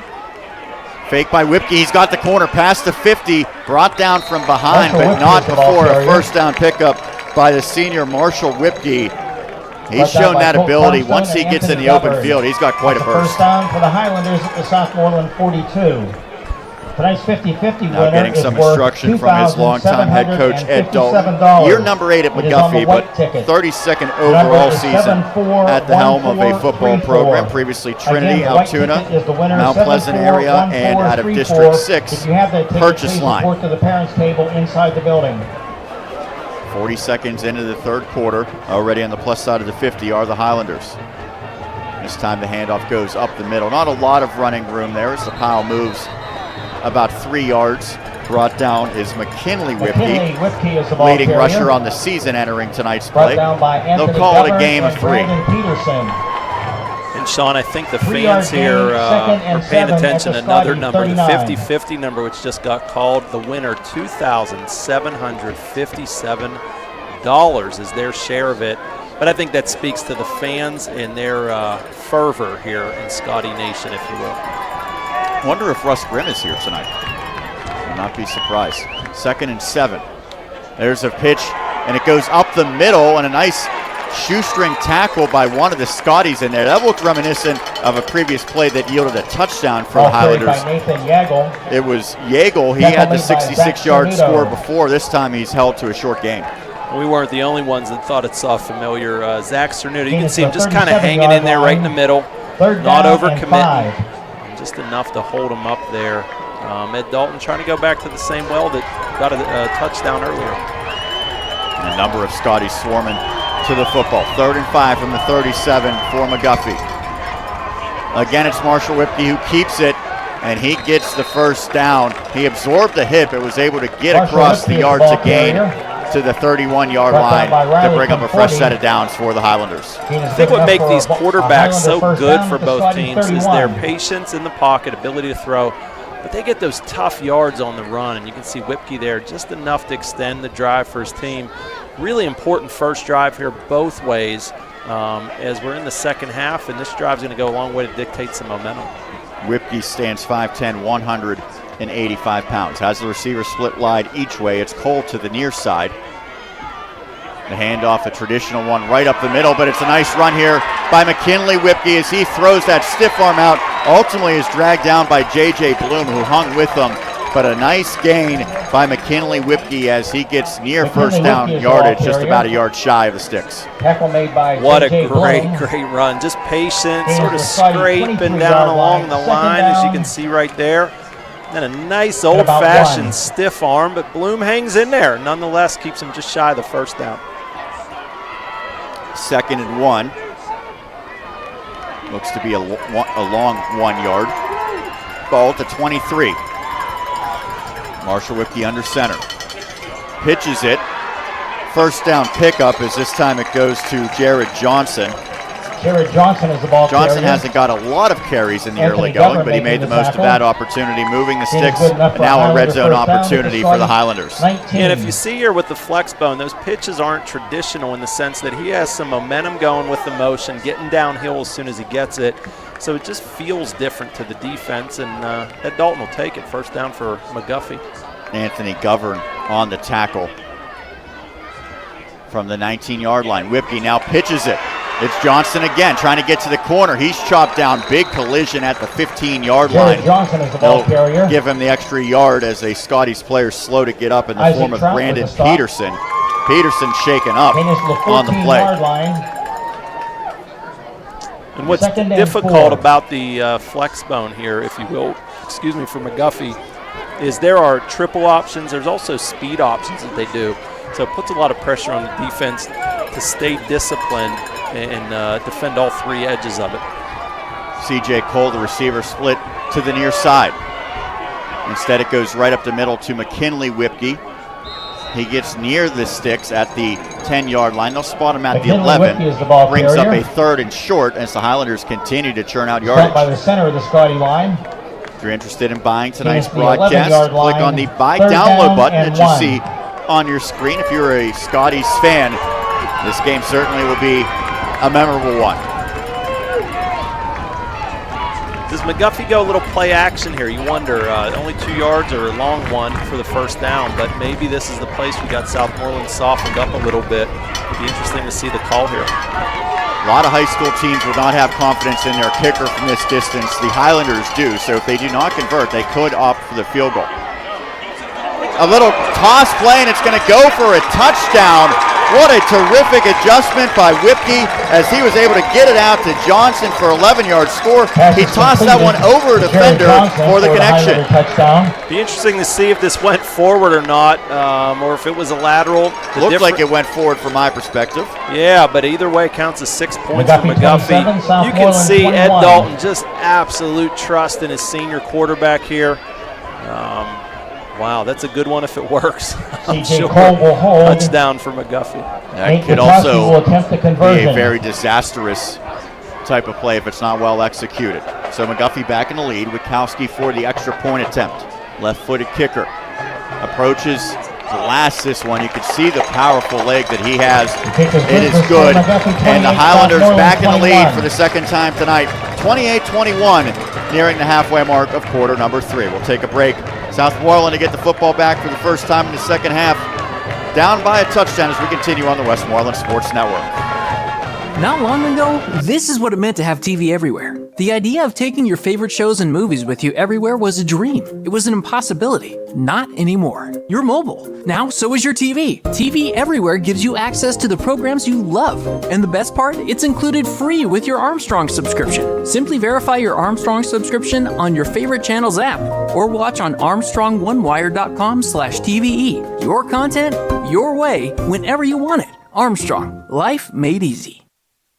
That's the power of Bowser.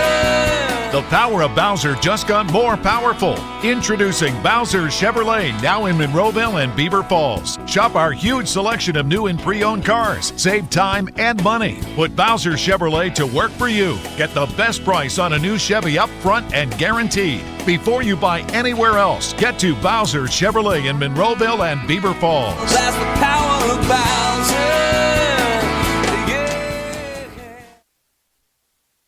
An impressive drive for McGuffey, spanning 57 yards for the go-ahead touchdown. Kickoff to the 20-yard line.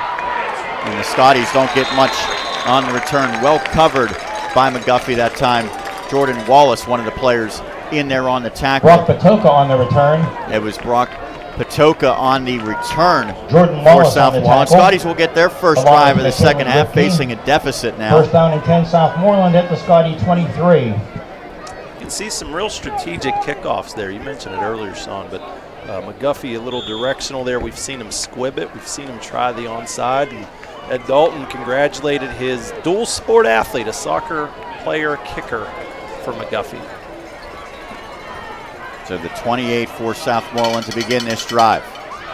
Handoff on the jet sweep to the near side. There's some running room, but it's well covered by McGuffey on the attempt by Isaac Trout. Isaac Trout is the ball carrier. Trout, his 5th carry of the season, just wasn't able to get to that corner. Goes for gains, just one. And again, a new formation, a unique one that we've seen tonight, and coming to the boundary side there, or excuse me, the play side, and just got strung out there by the McGuffey defense a little bit. See if they go back to that handoff to the left side with Harper, which was really successful there in the first half. 2 receivers split to that left side for Southmoreland. Harper, the sidecar, next to Cernuto.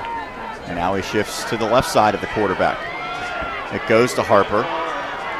He makes the most out of that and gets to the 31, but there wasn't a lot of lanes. Unlike that first half where he had some clear running alleys, that time he had to do everything he could just to get a couple yards. Yeah, and you saw that little counter action again line, for the Scotties. 3rd and long. And 6. Got to be thinking pass here with Southmoreland. Maybe they get Cernuto on the edge for a little run pass option. I would say Cernuto's had a decent amount of time on his traditional dropbacks. You often see him roll one way or the other. 3rd and 6 for Southmoreland. 3 receivers now to the far side. Cernuto looks that way. Now he's under pressure. Trying to shake free. and he is ultimately driven back. It is McKinley Whipke who comes up with the quarterback sack. McKinley Whipke, up in the face of Cernuto, forcing a 3 and out. And you wonder if the coverage there, the scheme threw him off a little bit. You see McCune there, 76, who we've seen with sacks earlier, dropping back in coverage. So you wonder if there was something Cernuto didn't like. Either way, the result is a punt here for Southmoreland, and all of a sudden we're past the halfway point of the third quarter as well. You could really see well on that replay. Colt Harper picked up the blitz by McKinley, but McKinley Whipke ultimately is able to fight through. Now a return opportunity. Scotties make the tackle at midfield on the attempt by Nathan Yeagle, who's proved to be a dangerous playmaker. Anthony Stewart and Mason Basinger with the tackle. Stewart, one of the players in on the stop for the Scotties, but all of a sudden, first down and 10 you look at McGuffey holding a 50-yard 7-point lead, beginning the drive right at midfield. This could become a game that they take command of with a touchdown here. Stewart with a nice play there. We saw in the first half a punt return just get past him when contained, but he did a nice job. And McGuffey, really good position here. Touchdown here could go a long way for their fortunes. This defense for Southmoreland has been opportunistic all season long as the first down play goes to Jordan Wallace. He gets to the corner. Nice looking run for the senior Wallace.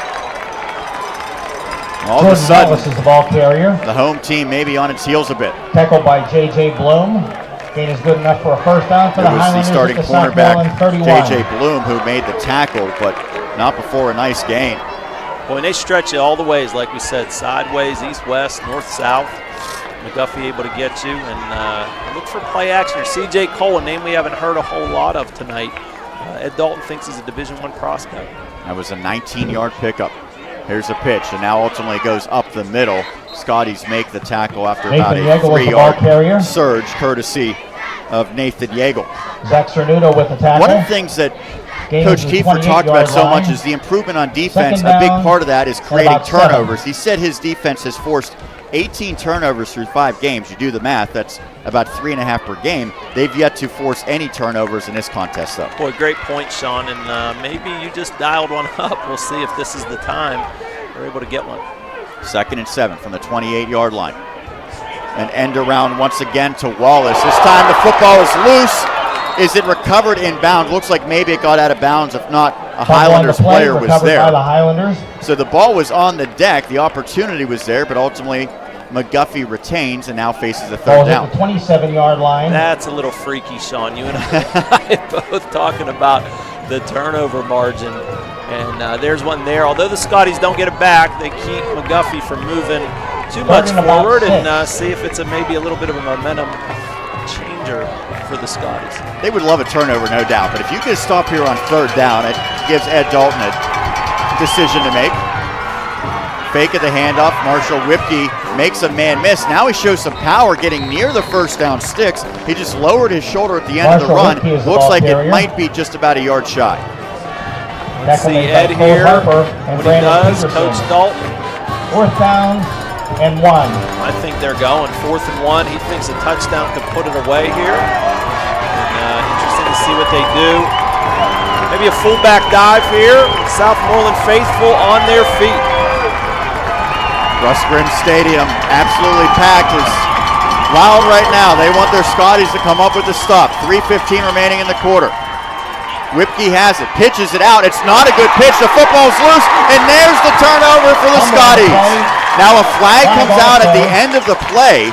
We'll see what this is. Anthony Govern came up with the recovery. The official right there tossed it, and it looks like the Scotties aren't happy with what might be forthcoming. Well, this is interesting. Very, very interesting to see what the call be here. The body language on Govern doesn't seem particularly positive, but maybe I'm misjudging. And interesting call there by McGuffey, going with option out to the perimeter there. You thought maybe a yard and a half. You just go right behind center. Dead ball foul. Okay, so it goes against Southmoreland, but if it's a dead ball foul, it will simply set them back. It will be possession to the Scotties, and that's what the official just indicated. It's still an important 13 yards nonetheless, Sean, but they are able to, and that'll officially go down as a turnover and downs. No, that'll go over as a fumble. Did you see anything there? Maybe off camera. I did not catch what might have been the foul. It will be Southmoreland possession, 1st down and 10 after the infraction at the Scotty 13. I certainly hope it's not that tackle on Whipke. That's the only thing I can think of is that they flagged Colt Firmstone for the tackle on the quarterback Whipkey. If that's the case, that's a tough one. So it is indeed the first turnover. Southmoreland now at the 13-yard line. Handoff to Harper, and he has nowhere to go with it. Colt Harper is the ball carrier. That's that counter trap, counter trade that we've seen a lot from them. Trying to bring those guys over here across the front, but not as much success as the first half. Also McKinley Whipkey. Got to think they stretch out here a little bit, maybe get Conforti down the field here for the Scotties. At the 14. Try to get a big splash play. The previous 3 meetings, each of the last 3 years, has gone to McGuffey. 56-28 last year, 49-16, 28-12. Cernuto taking a shot to Conforti, overshoots his intended target, but a flag comes flying. Despite the disbelief of C.J. Cole, looks like it'll be defensive pass interference. Well, I thought Cole had good coverage, maybe just a little bit too much clutching and grabbing as 11-on-11 draws the flag. Yeah, we had just mentioned it. We said maybe they go deep here to Conforti, try to stretch him out. And they did. Against the Highlanders. Let's see if we can get a look here down on the bottom. Well, there's no doubt an iffy call against the Scotties. That's an iffy call, I would say, against McGuffey. Yeah, we may not have, although Dustin and Marcus with some great work here on the angle. I don't think there's nearly enough there. I don't see much, but 15 yards nonetheless, and first down. But here, you can look at it like this. Those 2 penalties basically have now offset. The 15-yard late hit on sportsmanlike, whatever it was called against Southmoreland, and now the penalty against McGuffey defensively. So to the 29-yard line. Cernuto fakes the handoff, and that was not the right decision. He was absolutely clobbered. I don't know if that one was a read option or if it was designed for him to keep it, but he was immediately met by Colton Kesnick. Colton Kesnick on the tackle. And we've seen design runs from Cernuto. We've also seen him on some scramble jobs as well, and he's doing the little Kenny Pickett coming over to the sideline to get every play there from Coach Kiefer and his crew, and right back into the huddle. First time that I've seen Southmoreland in many, many years in person. I don't know if that's what they typically do or not. I know it's a pretty high-powered offense. So typically you don't see that type of methodical approach. Cernuto flushed out. Now he's going to run. Has some room in front of him. Makes a man miss. Gets back beyond the original line of scrimmage to about the 32-yard line. It's going to make it a more manageable third down, but still about 7 yards to go. Gain is the 32-yard line. Yeah, cut it in half if nothing else there and make it manageable here. 3rd and 7. Here he comes all the way back across. Well, he stops a little short there, so save his legs a little bit. Peterson late back to the huddle. I wonder if he's still shook up from defense there. Got to think Conforti gets a look here. It's a connection that's really served the Scotties well throughout the season. Conforti, 33 receptions, 607 yards, 8 total touchdowns entering this contest. 3rd down and 7. A pass in near side. It's complete to Peterson, and now he makes a man miss. Peterson's going to go the distance, a 68-yard touchdown, and ad-lib pays off, and the Scotties an extra point away from even. 68 yards. Wow. Wow, wow, wow, Sean. What a big-time play. In a big-time game for the Scotties. Just over the hands of the McGuffey defender. I'm sure we'll get a great replay here in a second. And Peterson was there. Got a help from his teammate with a great block. Look at this here, right over top of the hands. And a great block here. Now that fan was excited. He got out of his seat a bit early for our camera. But you see the run after another low snap. The extra point is up, however. That extra point is good for Andrew Rodriguez, and a 68-yard touchdown. Cernuto to Peterson has Southmoreland even. 43 and a half seconds remaining in the third. 28-28 in this battle for first place here on the Westmoreland Sports Network. Hunger exists in every county in America. More than 1 in 5 children are at risk. Armstrong continues to create awareness in our communities through Breaking Bread, our initiative to provide resources to food pantries and soup kitchens. September is Avenge Hunger Month, and we're working to collect 60,000 pounds of food. Bring your non-perishable food donations to your Armstrong store between August 26th and October 4th. For more information, visit us at armstrongonewire.com/breakingbread. The Southmoreland Football Boosters are helping make tonight's live broadcast possible here on the Westmoreland Sports Network. President Amber Cernudo, Vice President Becky Orovets, Secretary Jennifer Poole, Treasurer Becky Rodriguez, and the entire Boosters wishes good luck to Coach Dave Kiefer and the Scotties this season. Thanks to the Southmoreland Football Boosters, making it possible for our student athletes to experience high school sports at its highest level. 10 for the Highlanders. The return out to the 41-yard line for McGuffey. Good starting field position once again for the visitors. Take another look at the kickoff by Rodriguez. Squibbed to the 30-yard line. Back and forth, these teams exchanging body blows. The most recent one in favor of the Scotties. Peterson, a 68-yard touchdown catch. Now the offense back for the Highlanders. They had a turnover last time out. Handoff goes up the middle. Nice gain. Out near midfield for McGuffey. We've seen some tricks from McGuffey, but you think the Whipkey to Whipkey handoff is the ball carrier. is a play that Ed Dalton would certainly like to go down with. And it looks like they're just going to go to the quarter here. Just take it, and we'll flip it by about 2 yards, turn it around, go the other way. Here it is again, Sean. Southmoreland 28. Wow, just over top of his hands. Peterson in great shape there. Little crackback block, and Cernudo knew it. Right about there. Touchdown, Scotties tie game. Peterson to the house. As a result, we head to the fourth, 28-28, Southmoreland and McGuffey. We continue our coverage of this marquee matchup right here on the Westmoreland Sports Network. We all have different stories. We may think we don't have time to pursue a higher education because of how busy we are. But with Seton Hill University, my story matters. No matter how busy I am, I can still follow my dream of having a college degree with Seton Hill University's adult degree program. I want to be more. When I move forward, we all move forward.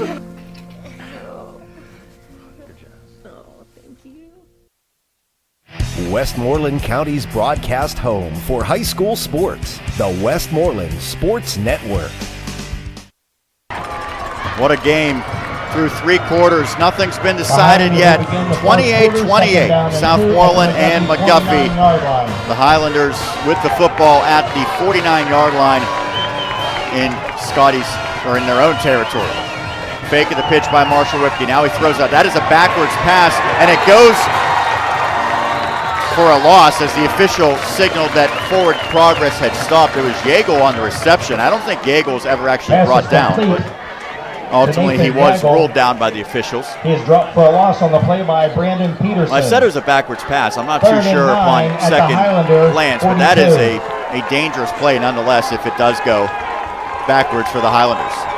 Yeah, Ed Dalton not real pleased there with his senior quarterback. Southmoreland fans on their feet, it looks like. Really trying to get some momentum going here. 3rd and 9, ball back to the 42 now. There's the double handoff, if you will, and it stopped well shy. We've seen that run a couple of times. The first time with great success for Nate Yeagle. That time he can't get past the 46, and now the punt team likely will come out. Made by Colt Harper. Gain is to the 46-yard line, 4th down and 5. You hear Colt Harper's name there again, excuse me, on defense. Southmoreland looked to be in a safety here. Ed Dalton's faked before, but I don't think this is the place on the field. What is this? They got him. One of the Scotties jumped, and with 5 yards to go, this one might be enough for the first down. It's going to be awfully close where they spot this.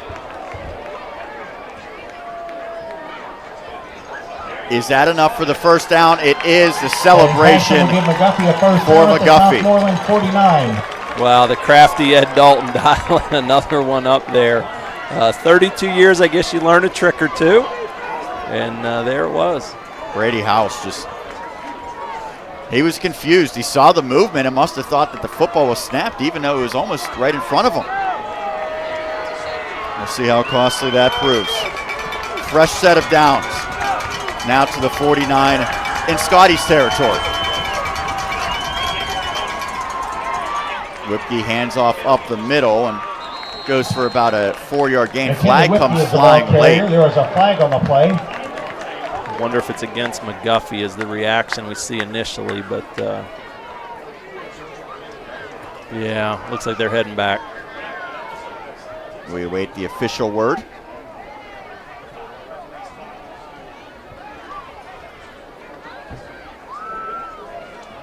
I mentioned last time out, Southmoreland knocked off Brownsville. Scotties were down 21-7 in that game. They outscored the Falcons 41-0 in the second half. And it's against Southmoreland. A personal foul, another costly blunder, one penalty on the offsides has already continued this drive. Yeah, the official came over to Dave Kiefer and he didn't have much of a reaction, so I guess it's something that we've seen, and it looks like he's going to have a talk here with his player.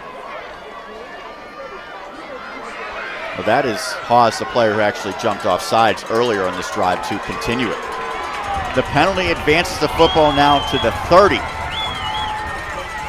Handoff goes to McKinley Whipke, and he almost broke that one free. Instead, it goes for a gain of about 6. Whipke is the ball carrier. Brought down by Colt Harper.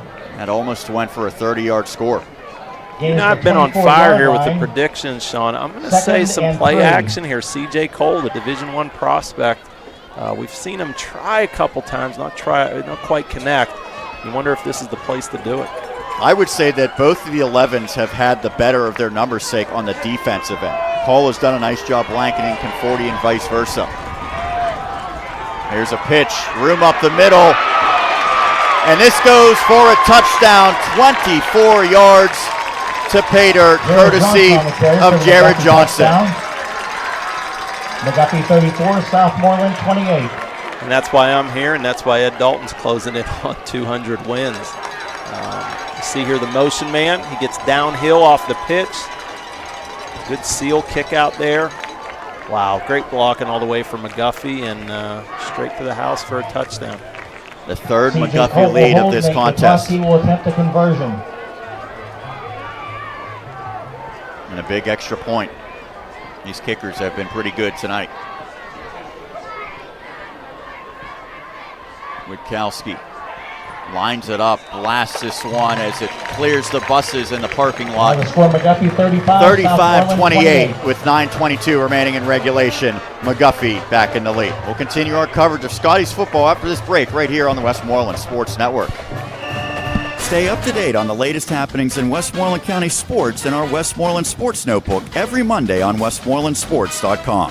We take a look back at the week that was in Westmoreland County sports with any news you may have missed during the week, like updates for high school football, soccer, and volleyball, area coaching changes, individual accomplishments, and so much more. Grab some coffee and start your week with our Westmoreland Sports Notebook every Monday this fall on westmorelandsports.com.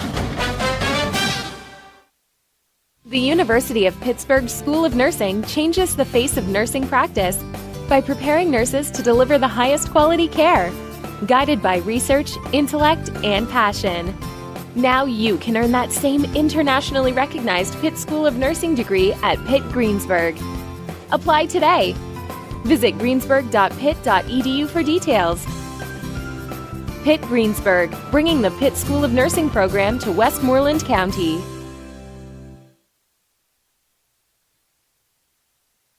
Aided by penalty, a 59-yard scoring drive for McGuffey back in the lead, 35-28 as a short angle kick. Fielded at the 24, it's fumbled. Did McGuffey get on the football? The Highlanders celebrating. They have forced a turnover on a fumble on the kickoff, and now McGuffey has a chance to really take command of this game. You know, Sean, after the touchdown, if you paid attention to the Southmoreland sideline, you saw the guys with pretty good body language. Looked like they were hanging in there. Coach Kiefer, no slump to him. And then this one, as soon as it happened, the guys coming off the field, there was just a sluggishness about them. So big momentum change. You see the celebration for the kicker, Witkowski. I believe it was 21, Basinger, who fumbled that.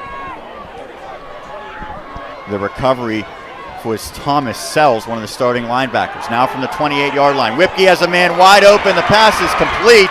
Down inside the 10. Pass is complete for the Highlander, first down. Well, momentum.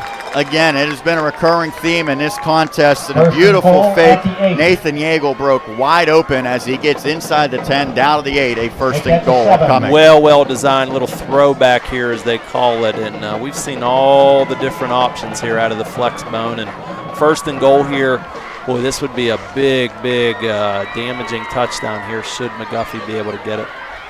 Coach Dalton wants to see his team punch it in here. Dave Kiefer and the Southmoreland Scotties need to come up with a stop. Less than 9 minutes remaining in regulation. They now call it the 7-yard line. Marshall Whipke, he loses the football. Did the Scotties get it back? They did. Southmoreland has recovered the football. Sean, I want to say they called him down. Colt Harper can't believe it. He has the football in his grasp. Quarterback is held down. They called him down. Coach Kiefer throwing his arms up in the air. Maybe did they stop forward progress? He certainly was not down. So they might have called a stop of forward progress. It was the official from the McGuffey sideline. McGuffey timeout. And McGuffey has called a timeout. Take another look at it. No doubt he was not down. But again, if the official deems forward progress has been stopped, I don't even think it has to coincide with his whistle. He can simply say at this point it was stopped, even if the whistle came in a split second later. Yeah, and it's tough from where we are. Our vantage point up here, the angle we have is a tough one. Officials down on the field have it a little closer, but wow. That would have been the turnover that you had talked about earlier. And I understand we might be somewhat partial towards the home team here in Westmoreland County. I think at any level of football, in a situation like that, the officials probably want to let the play continue a little bit longer if they have the opportunity for something like that to happen. I think that's a good point, Sean. Yeah. It's going to be a tough one for Southmoreland to swallow. You don't want to leave a player out to drive for potential injury, but in that case, it was just a matter of the Scotties trying to rip out the football. So a yard loss to the 8-yard line. Now a pitch goes up the middle, near the end zone, into the end zone for a touchdown. What a turn of events. It's Jared Johnson, his second touchdown of the quarter. Seen a similar play earlier. Johnson gets the head start there on the motion and downhill momentum, and that's all he needs. Two scores less than a minute apart. The first with 9:22 remaining, and now 8:39 showing on the fourth quarter clock. That's a strong run by Johnson at the end for the 8-yard score. Boy, a little bit of energy taken out of the stadium, but plenty of time, 8:39. Plenty of time for Southmoreland to still make a little run back. Scotties crowding the line here. They're clearly going for the block. Breakthrough. It is blocked. They get it. You could see that coming from the way the Scotties were approaching that. I'm not sure what player got in there, but that's big because now the lead is at 13. If Southmoreland does find a way to come back in this game, they could potentially win it with two scores. Maybe a Harper? Yeah, it looks like Harper and another player are both up there. Wasn't sure which one actually got a piece of it. We'll get a good vantage point from here in the opposite end zone.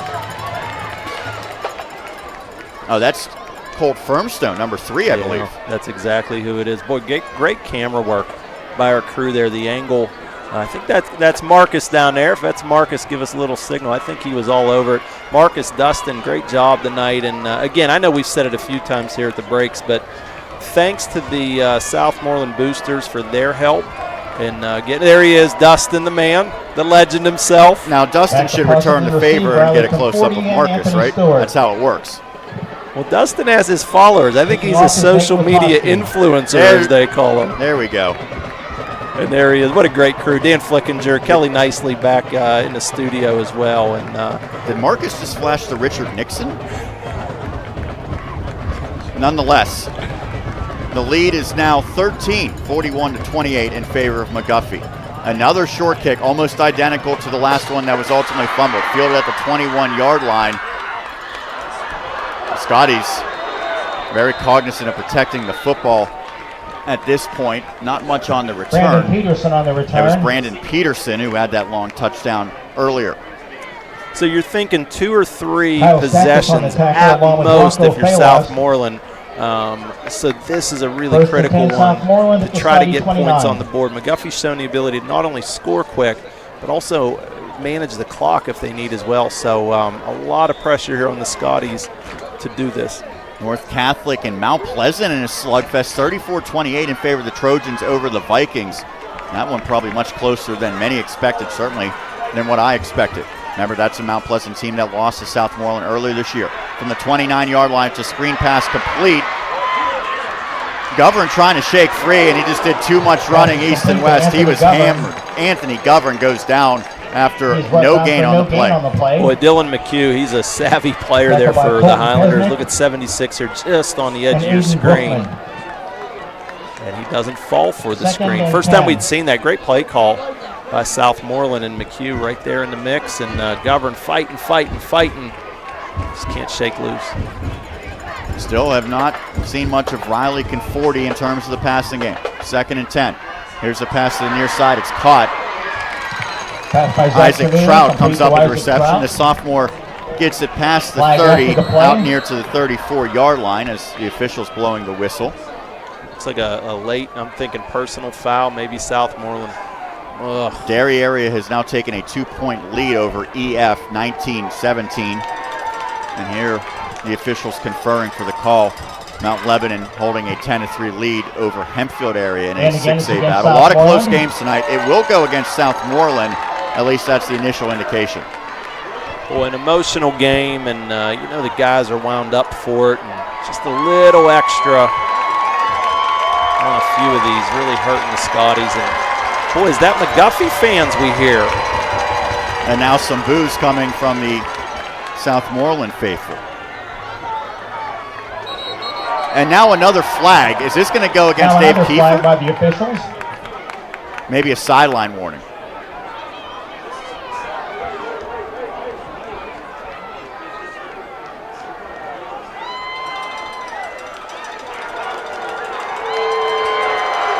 Well, it is a vocal crowd. It has been all night, and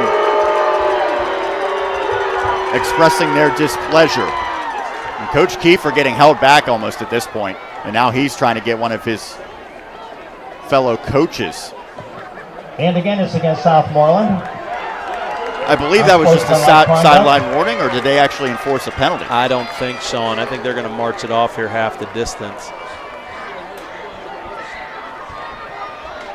Well, hate to see this, but I think it all comes from a place of passion here for Southmoreland. These guys, these players, big game here tonight, and just trying to keep it channeled if they can. Second and boy, they're down in East Huntington now somewhere.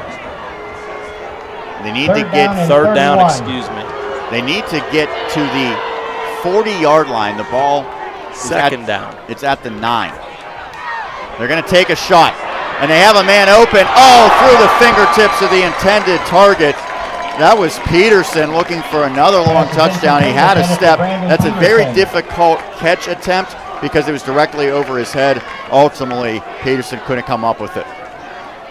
Boy, that's one you hope you can get with fingers on it. And that was the shot they needed. Actually, now it will be 3rd down and 31. How about the throw from Cernuto? Maybe his best throw of the night. Great look at it there. Peterson with 2 defenders in the trail position, and now the official signaling for an official timeout. With the pause in action, want to remind you that our Week 4 Permane Brothers Player of the Week in Westmoreland County was Jackson Pruitt of Jeanette. Jackson caught 7 passes for 111 yards and a touchdown in the Jayhawks win over Springdale last week. He receives a prize pack from Permane Brothers on East Pittsburgh Street in Greensburg, and he's featured in an article that you can read right now on westmorelandsports.com. Congratulations to our other finalists, Greensburg-Salem's Trent Patrick, Alex Arledge of Burrell, and Nate Ward from Greensburg Central Catholic. The first 3 Permane Brothers Player of the Weeks this year were all Southmoreland Scotties. We had the 3-headed monster of Zach Cernuto, Colt Harper, and Riley Conforti, all well represented. They need one of those or a few of those players to step up big now, facing a 3rd and 31 at the 9-yard line. Cernuto drops back. Now he's under pressure, fires a pass, tipped, nearly intercepted. He was looking for Conforti, who was blanketed by C.J. Cole. Cole was very happy with his efforts on that pass breakup. 4th and 31. Yeah, and you have to punt now. I mean, if it was 4th and 5, somewhere near the 35-40, but absolutely have to punt here, pinned back. Southmoreland still in it, though. I mean, if they can get a 3 and out, a quick stop, and have a shot here still, but that was a tough one for them. Penalties seem to be a bit of their undoing tonight, Sean. Cole absolutely had blanketed Conforti on that play. Andrew Rodriguez in punt formation. It's Rodriguez in his own end zone. He gets a good punt off, but it's going to be now bounces. A little surprised that one was not caught, and it goes all the way down to the 35-yard line. It does shift field position. That said, with 7 minutes and 9 seconds remaining, the Highlanders, I'm sure, are looking about 3, 4, maybe 5 minutes on this upcoming drive. And that'll certainly be the hope, and you got to think it's going to stay within the Whipke brothers. Work that triple option if they can. To go to the air, the pitch outs, you got to think Ed Dalton's going to stay conservative. But the Riverboat Gambler himself, never know what you're going to get. Southmoreland here really got to step up. These guys know what's on the line here, and you can see Harper, Cernuto, and the crew really trying to get them together. Crowd getting up behind them here, and I think this is a big one. 35-yard line is where the drive begins. Packed house here at Russ Grimm Stadium. Tight formation with the receiver split wide each way. Now it's a sweep to the near side. About a 5-yard gain. Flags come flying on the carry by Jared Johnson as one of the Scotties slow to get up. Jared Johnson is the ball carrier. That's Firmstone who makes his way back. Colt Firmstone and Isaac Trout on the tackle. Maybe a chop block here? This time the infraction is against McGuffey. No. Credit to Dan Flickinger. He saw that one. Well, that's the great tutelage Dan Flickinger had from Bob Slazak back in middle school football there at Derry. But our camera work, I keep saying it, but outstanding. You can see it right here. Illegal chop block. And a friendly fire for the Trojans as well. There it is. So that sets the football back to the 24. First down and 20. Goes for an 11-yard penalty.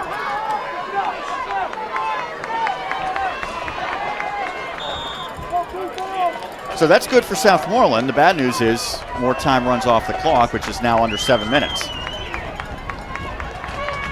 Cole split wide to the far side. He is joined there by Yeagle. Oh, and some trickery here. And the football comes out, but again, did they blow a whistle? They did. I think this one you could clearly hear the whistle, whereas the Colt Harper near fumble recovery before was a little bit more difficult. The officials were all over this one. Once again, the whistle blows the play dead. Again, maybe you want to hold that whistle for an extra half second to let the play develop. This is a pretty tricky play here for McGuffey, and it was ultimately the quarterback, Marshall Whipke, and I think that's probably the right call. I think it's the right call, yeah. And again, we don't have the greatest vantage point angle up here, but I think it's the right call. Coach Dalton, it looks like, just going to run this clock down and then call timeout. He's doing some coaching right now with his quarterback. Very demonstrative as a timeout stops the action. We'll take a break. 6:02 remaining. Quarter number 4, 41-28. McGuffey in the lead over Southmoreland. High school football continues on the Westmoreland Sports Network. Need to see a physician on the weekend? Excella Health Primary Care Weekends offer convenient medical care when your doctor isn't available. For minor illnesses and injury, Excella Health Primary Care Weekends. Open 8 a.m. to 4 p.m., Saturday and Sunday in Latrobe Hospital, Excella Square at Norwin, and newest location in Greensburg, behind Westmoreland Hospital. Walk in or make an appointment. To learn more, visit excellahealth.org, search Weekend. Westmoreland County's broadcast home for high school sports, the Westmoreland Sports Network. There you see some of the training staff on the side. Can't tell exactly what's transpiring there, but second and about 21. Always hold your breath when you see the medical team, trainers. Second and 21 as McGuffey goes absolutely nowhere. The Scotties defense stepping up big here, making a big tackle as Brady House. Now he was the guilty party on the offside earlier. Tackled by Brady Hawes. That time he tried to redeem himself with a really nice tackle behind the line of scrimmage. Yeah, and hats off to Brady there. Had some struggles there with some penalties, and Coach Kiefer brought him off, talked to him, settled him down. Now he comes back, makes a big play for his team. 3rd, and I think they're over near Mount Pleasant now on this side for 25 yards to go. And he did get it to the 45-yard line. The ball was right at the 20. And a fumble. The football was loose. It looked like Marshall Whipke got back on it. He indeed, but a nightmare drive for McGuffey. I guess the silver lining, some time came off the clock, and ultimately they should be able to punt it away. Clever little timeout here by Dave Kiefer, trying to save about 40 seconds here on the punt, and wow. Would you like to see maybe more simplistic? I know it kind of changes what they typically do, but for McGuffey, maybe just more simplistic straight-ahead runs? Hey, Ed's coached more games than you and I combined, Sean. And well, that would be 0 for me. That's right. I would think, you go with the dives, you go with the quarterback keeps. But he knows his team better, and Marshall Whipke's a senior. He's been around a little bit. I think the thing you're curious here, does Coach Kiefer set up the return, thinking Conforti, maybe he can make a play, or do you go after it and try to make a play that way? It'd be interesting to see what they do. My guess is they come after this one a little bit. Remember a blocked extra point earlier by the Scotties. Conversely, McGuffey has a blocked punt that was a major turning point in this game earlier. Cameron Ambrisco late to get on the field for Southmoreland, but he's now out there.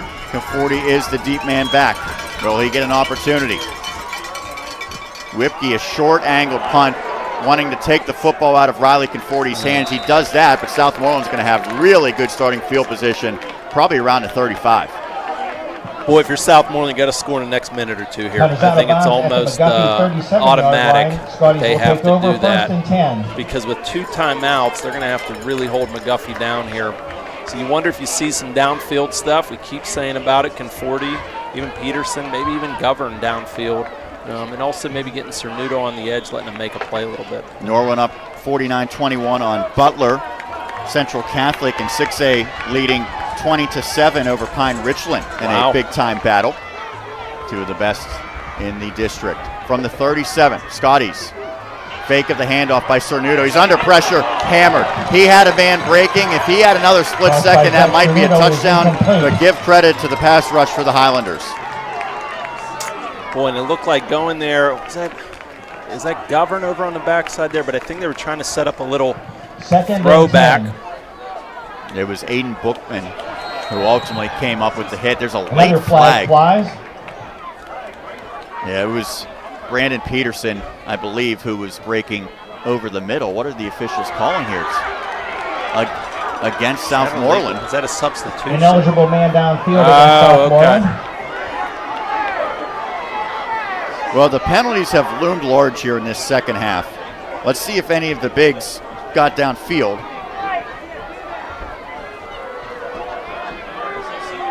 Yeah, there it is.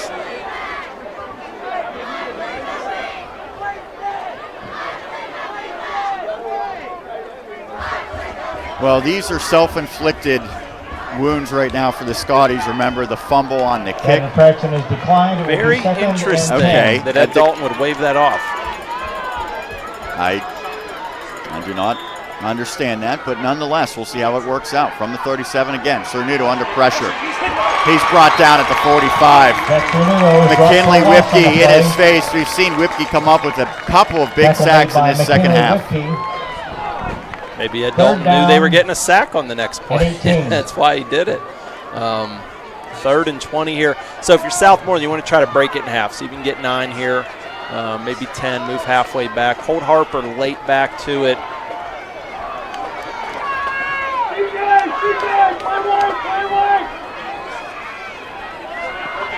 More pressure. Cernuto gets out of the way.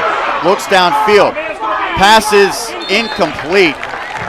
Really good coverage again by McGuffey. I believe that was Johnson who nearly jumped that one. I thought it was more likely to be intercepted than caught after Cernuto released it. Johnson on the coverage.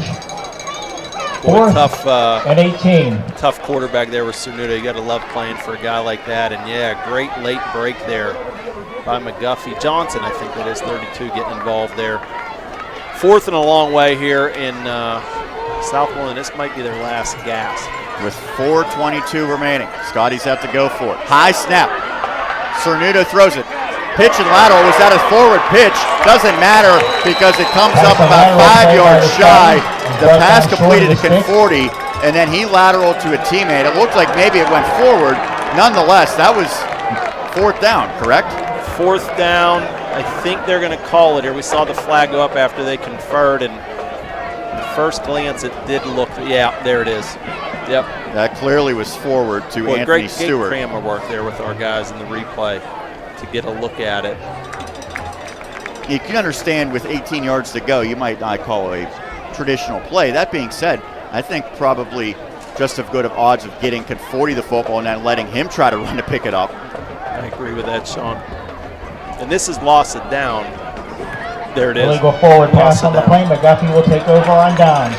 So even better field position for the Highlanders, and now it looks like the fans here sense that this one might be out of reach. 10 for the Highlanders at their own 43. Well, you get a turnover and things can happen. That said, if McGuffey does what it's supposed to do, the Highlanders should be able to salt this clock away. Yeah, and you wonder if Ed Dalton gets a little more conservative here and just goes right up the middle with it. 43-yard line is where McGuffey takes over as a result of that penalty. There's Coach Dalton, long time, and he certainly is familiar with this area, coaching at Mount Pleasant, just about 5 miles from this high school to the home of the Vikings. Here's a pitch up the middle, big run for Johnson. Is he going to be caught? He will not. 57-yard touchdown.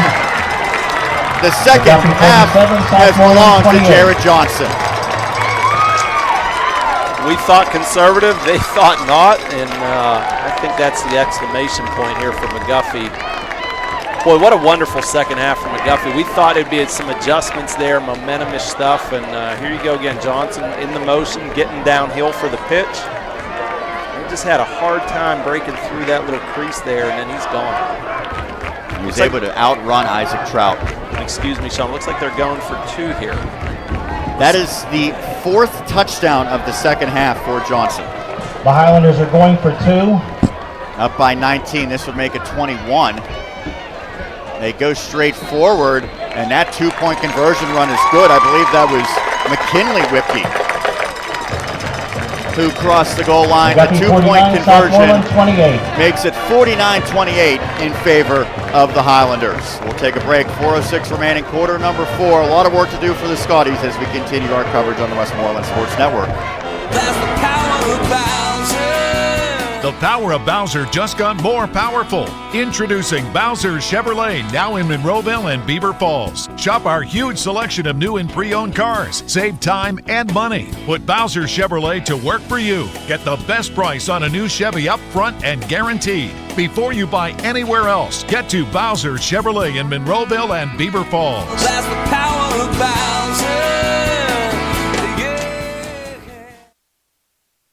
Hunger exists in every county in America. More than 1 in 5 children are at risk.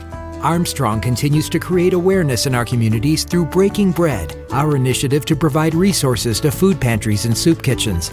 September is Avenge Hunger Month, and we're working to collect 60,000 pounds of food. Bring your non-perishable food donations to your Armstrong store between August 26th and October 4th. For more information, visit us at armstrongonewire.com/breakingbread.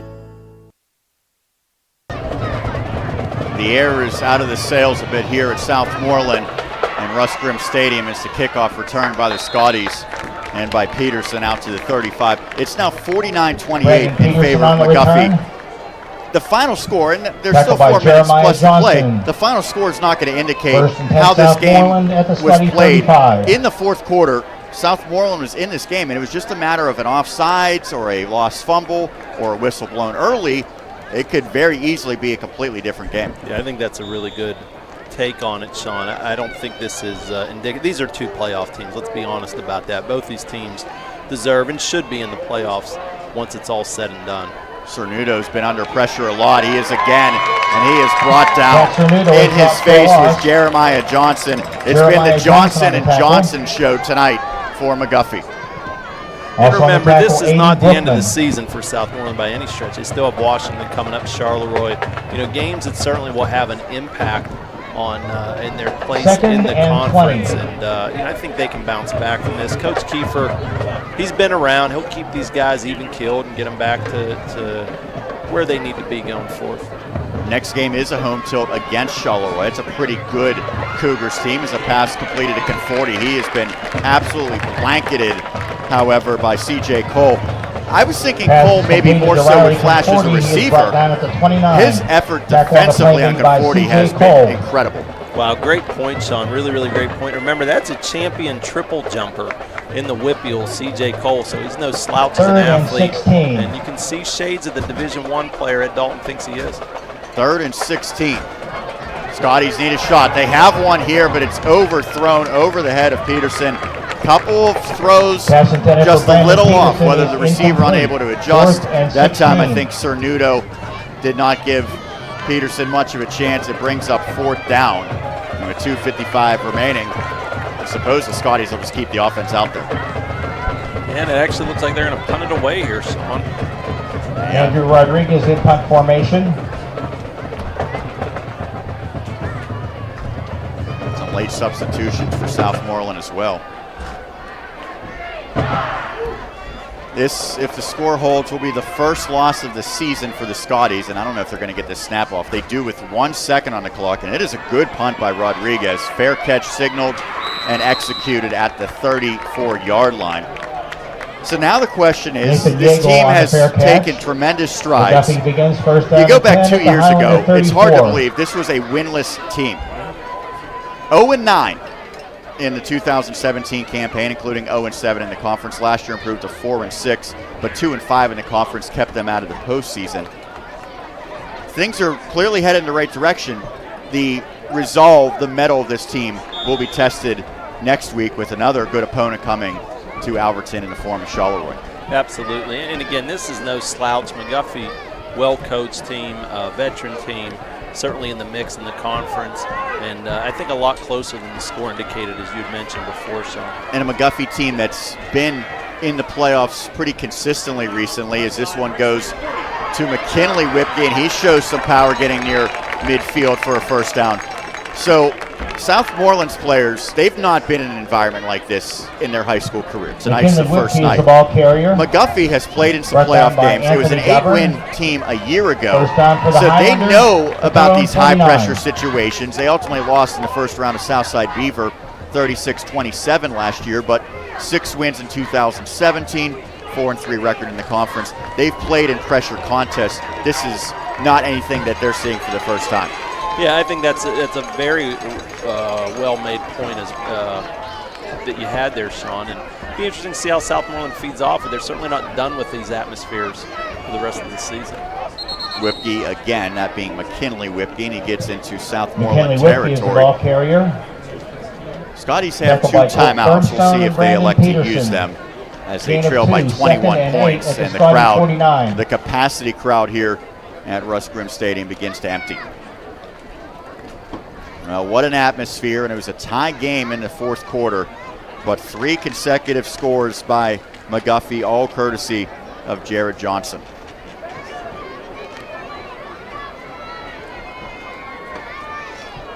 Washington also undefeated heading into tonight, hosting Frazier. That's a little Prexies team that has claimed WPL championships recently. That's a beautiful play, and this one might go for another long touchdown, as breaking free is Jordan Wallace into the end zone for a 49-yard score. McGuffey 55, Southmoreland 28. Now a slew of ball carriers, and they've all looked impressive as Wallace finds pay dirt.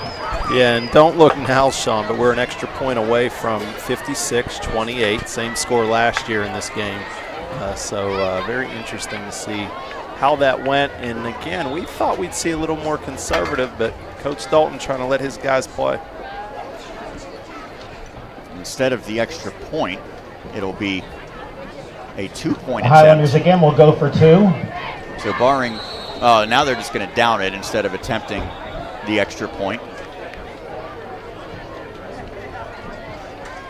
They kneel on the conversion. The score remains McGuffey 55, So it will Southmoreland 28. history will not repeat itself That's right. to the exact margin.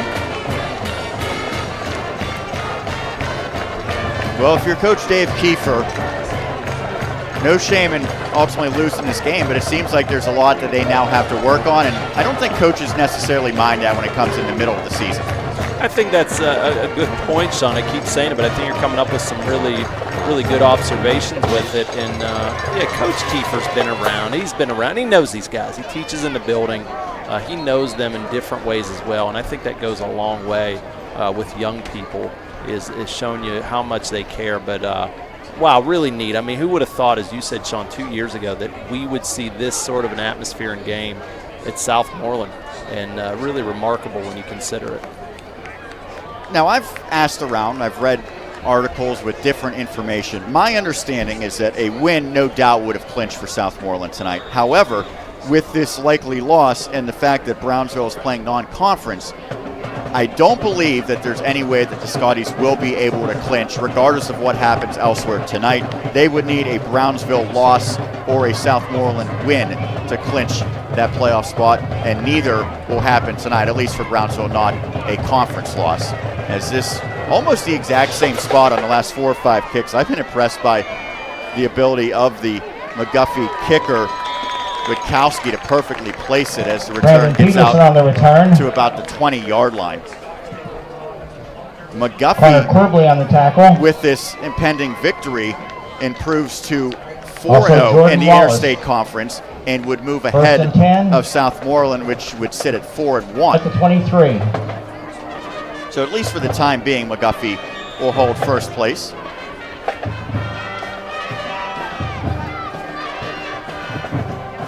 What an electric atmosphere it has been tonight, but it is awfully quiet now here in Alberton. 1:13 remaining. Pass is complete for the Scotties to Conforti. Haven't seen enough of that tonight as he breaks 3. Pass is complete to Riley Conforti. Well, you saw the burst there, Sean. That's He's a brought down big to the time 30-yard player. line. When we talked to Coach Kiefer pregame, he said it. Katarski on the I'm tackle, sure along with adults going to have a plan to Quirbly try to take away Riley and Dylan Conforti. McEwen. Every coach has had that plan. Second None of them and have been able 3. to successfully execute it, but I think tonight you could say Conforti has been taken out of this game for the most part. And pass intended for that Riley goes Conforti is incomplete. On Third the and coverage 3. that time was Tyler McCreary.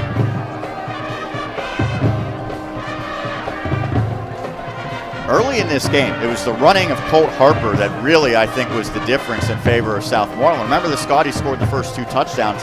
Didn't seem like that running room was there, and I don't know that they got Harper involved enough in this second half. I think it was hard. McGuffey had a great drive, remember, to start the second half, and it just felt like Southmoreland was a little off schedule after that. On cue, Harper gets a carry. He's bottled up. Looks to be just shy of a first down sticks as 30 seconds now remain on the running clock. It looks like that's it. Tackle by Thomas Here's Sells Harper in the early going. and Dylan McEwen. Really nice balance on the first touchdown. It was Southmoreland scoring the first 14 points, but McGuffey from there forward outscored the Scotties 55-14 in claiming the 55-28 victory as the final seconds tick off. The fans showing their appreciation on both sides for Southmoreland. They'll have to wait at least another week to end the long playoff drought, the longest in the district that dates back to 1979. McGuffey scoring the victory here tonight. We'll take a break, come back with our thoughts on the post-game show as we have the scoring recap to put a bow on this one. 55-28, McGuffey knocks off Southmoreland, now in first place for the Highlanders as we continue our coverage of high school football on the Westmoreland Sports Network. Not long ago, this is what it meant to have TV everywhere. The idea of taking your favorite shows and movies with you everywhere was a dream. It was an impossibility. Not anymore. You're mobile. Now, so is your TV. TV Everywhere gives you access to the programs you love. And the best part? It's included free with your Armstrong subscription. Simply verify your Armstrong subscription on your favorite channel's app or watch on ArmstrongOneWire.com/TVE. Your content, your way, whenever you want it. Armstrong. Life made easy. What can you expect at Seton Hill University? An opportunity to transform the future. A leader in innovative and mobile technology. A personalized education tailored to your interests and your goals. A welcoming community. A big step up to your dream career. As a nationally recognized Catholic liberal arts university, Seton Hill pushes your education, your abilities, and your career to a higher level. Seton Hill University. This way up for progress, possibility, and a brighter future.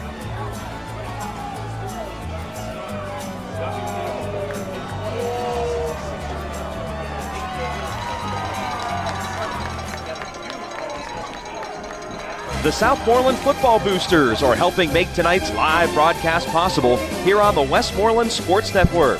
President Amber Cernudo, Vice President Becky Oravets, Secretary Jennifer Poole, Treasurer Becky Rodriguez, and the entire Boosters wishes good luck to Coach Dave Kiefer and the Scotties this season. Thanks to the Southmoreland Football Boosters, making it possible for our student athletes to experience high school sports at its highest level.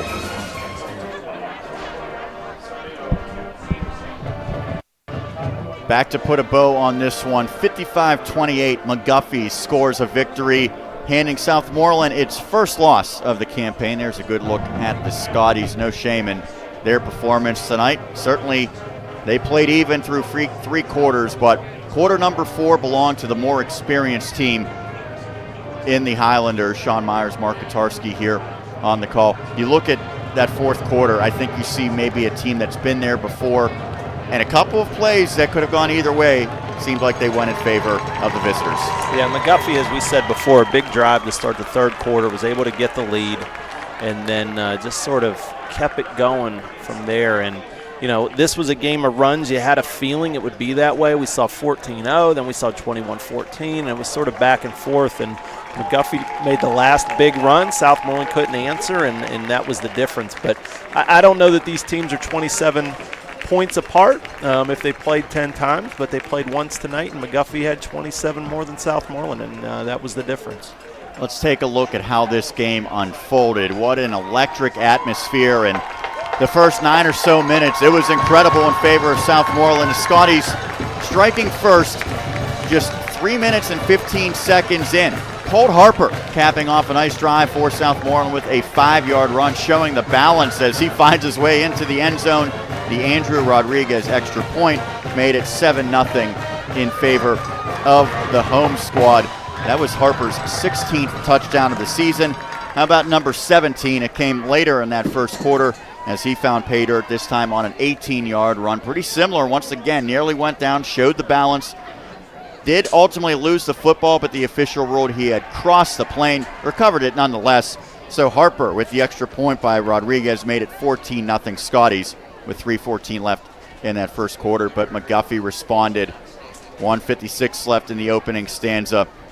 A double handoff with Nate Yeagle going 66 yards, breaking free near midfield, and nothing but green in front of him. The extra point by Nate Witkowski made it 14-7 as McGuffey trimmed the Scotties lead in half.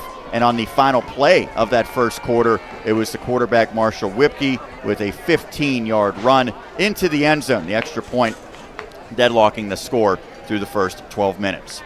McGuffey took its first lead of the evening on a terrific catch by Tyler Smith on a pass from Marshall Whipke, 20-yard connection as Smith able to keep both feet in bounds for the touchdown. The extra point made it 21-14 McGuffey with 7:02 remaining in the first half. But with 1:09 left in that stanza, it was Brandon Peterson hauling in a 10-yard pass from Zach Cernudo, who extended the play. The extra point tied the score 21 apiece at the break. There's the connection. Peterson breaking wide open. The celebration was on. That celebration would not sustain for the remainder of the night, however, as McGuffey took the lead back in quarter number 3. Jared Johnson, his first of 4 touchdowns, this time an 11-yard reception on a little forward pitch. Johnson hauled it in, found pay dirt, and with 6:52 remaining in the third, McGuffey back in the lead at 28-21. However, later in that third quarter, Cernuto keeping a play alive just over the fingertips of the defender into the hands of Brandon Peterson. He does the rest, 68 yards, making a defender miss. And Peterson to the house with 43 and a half seconds remaining in the third quarter. The extra point tied the game at 28-28. But 4 touchdowns by the visitors in the fourth quarter. Jared Johnson, a 24-yard run, his second score, giving McGuffey a lead. It would not surrender, making it 35-28 with 9:22 left. Then it was Johnson again, this time from 8 yards, as he's able to power his way across the goal line, 41-28 after the extra point was blocked. With 4:06 remaining in that fourth quarter, the backbreaker for the Scotties, a Jared Johnson 57-yard run, as he showed the power earlier. Now he shows the speed, outrunning a couple of defenders. The 2-point conversion went to McKinley Whipke, who crossed the goal line to make it a 21-point edge, 49-28 in favor of McGuffey. And for good measure, the Highlanders get on the board with Jordan Wallace going 49 yards into the end zone with 1:18 remaining, accounting for the final score of this one, 55-28. Score by quarter, McGuffey 14, 7, 7, and 27. Southmoreland 14, 7, 7, and 0. That tells the story right there, 27-0 in favor of the visitors in quarter number 4. Southmoreland now at 5-1, tasting defeat for the first time this season, 4-1 in Class 2A Interstate Conference play. McGuffey remains undefeated, improving to 6-0 and 4-0 in the Interstate Conference. So the Highlanders, regardless of what happens elsewhere tonight involving Washington, will be alone in first place, although the Little Prexies also entered tonight undefeated. Next up for McGuffey, it is another road tilt at Brownsville. That's a Brownsville team that is 1-2 in the conference. We mentioned Southmoreland staying at home to host Charleroi, a Charleroi team that was 2-1 entering play tonight and hosting Best Center. Mark, your thoughts on what this means for both these teams going forward? Well, certainly McGuffey in the driver's seat now in the interstate, and I think Washington's going to have a big say in who wins this title. Southmoreland still to play them. McGuffey, I think, still has Washington as well, so that'll be very interesting going forth. And I think you've said it a few times on the broadcast. I think Southmoreland, how do they respond from here? McGuffey depth, really impressed by their depth. We heard about the Whipke brothers, C.J. Cole coming in, but it was Johnson and some others that made big plays to help them along the way. So, and again, as we said several times, I don't think the final incredibly indicative of the difference between these teams, but for tonight it was. And but again, great atmosphere. Hats off to the boosters at Southmoreland, Charlie Swink, Brian Pritz, the guys up here in the press box. Just first-class service all the way around, and our camera crew was great as well. And Sean, always a pleasure when we put our heads together. It seems to work out well, and I enjoyed yet another Friday night. And I don't want to make a claim that's untrue at this point, but I would suspect, based on the reception here at Southmoreland, this probably will not be the last time that we broadcast a Scotties football game. I know that it has been a groundswell over the past couple of months with the turnaround of this program, and it seems like that's something that probably is here to stay. Nonetheless, that will do it tonight. I want to thank everyone who helped make this possible. Our great producer, Dan Flickinger. Dan, do you have something to say? I do. Okay. You look ridiculous speaking into that microphone, but go. Can you actually hear me with this weird You microphone? can turn it up a little bit. How about now? How about now? Sitting pretty. How about now? I was just going to pass along some scores before we sign off the air, if that's okay. You're the chief if here. That's okay. Is it okay? All right. Go ahead. He said it's okay. All right. So some other big games around the WPIL. Actually, one still going on right now. Mount Lebanon leads Hempfield 10-9 late in the third quarter. Norwin beats Butler 49-21. Central Catholic 26, Pine Richland 7. Right now, that game's not ended yet. Peters Township 35, Cannon McMillan 3. Big win for Derry, 26-17 over Elizabeth Forward tonight. McKeesport defeats Latrobe 34-14. Penn Trafford up on Plum 47-17. And North Allegheny leads Seneca Valley 34-7. Last check, Bell Vernon was up on Greensburg-Salem 43-3. And one more time, you can take a look at our Twitter account for all the latest scores and our website as well. We just got a message from Dave Franzak. He said Jack Salapak set the Norwin record in both passing yards and passing touchdowns tonight. So congratulations to Jack. And two more finals. Greensburg Central Catholic 33, Springdale 7. Big win for GCC. And Jeanette 49-0 over Brownsville. That's what, the fourth straight shutout, I think, for the Jayhawks? That is correct. Unbelievable. So there's some scores for you, and just want to thank you guys for doing another great job. Hey, before we sign off, a lot of people may be tuning into Westmoreland Sports for the first time because we have not done Southmoreland football games in recent years. What should they know about the broadcast, how they can view them again if they want to purchase them, and anything else involving the Westmoreland Sports Network? Yeah, absolutely. Again, and this final score wasn't indicative of how the game was. This was really an entertaining game. We thought it was going to be high scoring, and it certainly was. If you'd like to go back, once we sign off the live broadcast, you'll be able to watch back to it almost immediately. It'll take a little bit of time, and I'm talking maybe 20 minutes or so for it to archive. You can go back and watch it, fast forward, rewind, whatever you'd like to do. You can also download your very own copy of it if you'd like to do that, where it says buy download. An email will be sent to you. Just download the link. That's it. You don't got to wait for a thumb drive or anything in the mail like that. And also, the archives are available on our website for a long time. We still have from the first Seton Hill women's basketball game we did on the Westmoreland Sports Network. It's still there, baby. And the first one under the guy behind me, too. So those are all there. We have all the archives from when we first started, and so this one will be on there for forever. But, hopefully Southmoreland can gain something from this and go out and take this forward. And they still got some big games left. Absolutely. That's going to do it here. I want to thank everyone who helped make this possible, our great videographers, Dustin Beck, Marcus Weekland. You just heard from Dan Flickinger, the producer, Mark Katarski joining me as well. For everyone else, this is Sean Meyers signing off. Once again, your final score tonight, 55-28. McGuffey hands Southmoreland its first loss of the season. You've been watching high school football and Scotties football 2019. It's been here on the Westmoreland Sports Network.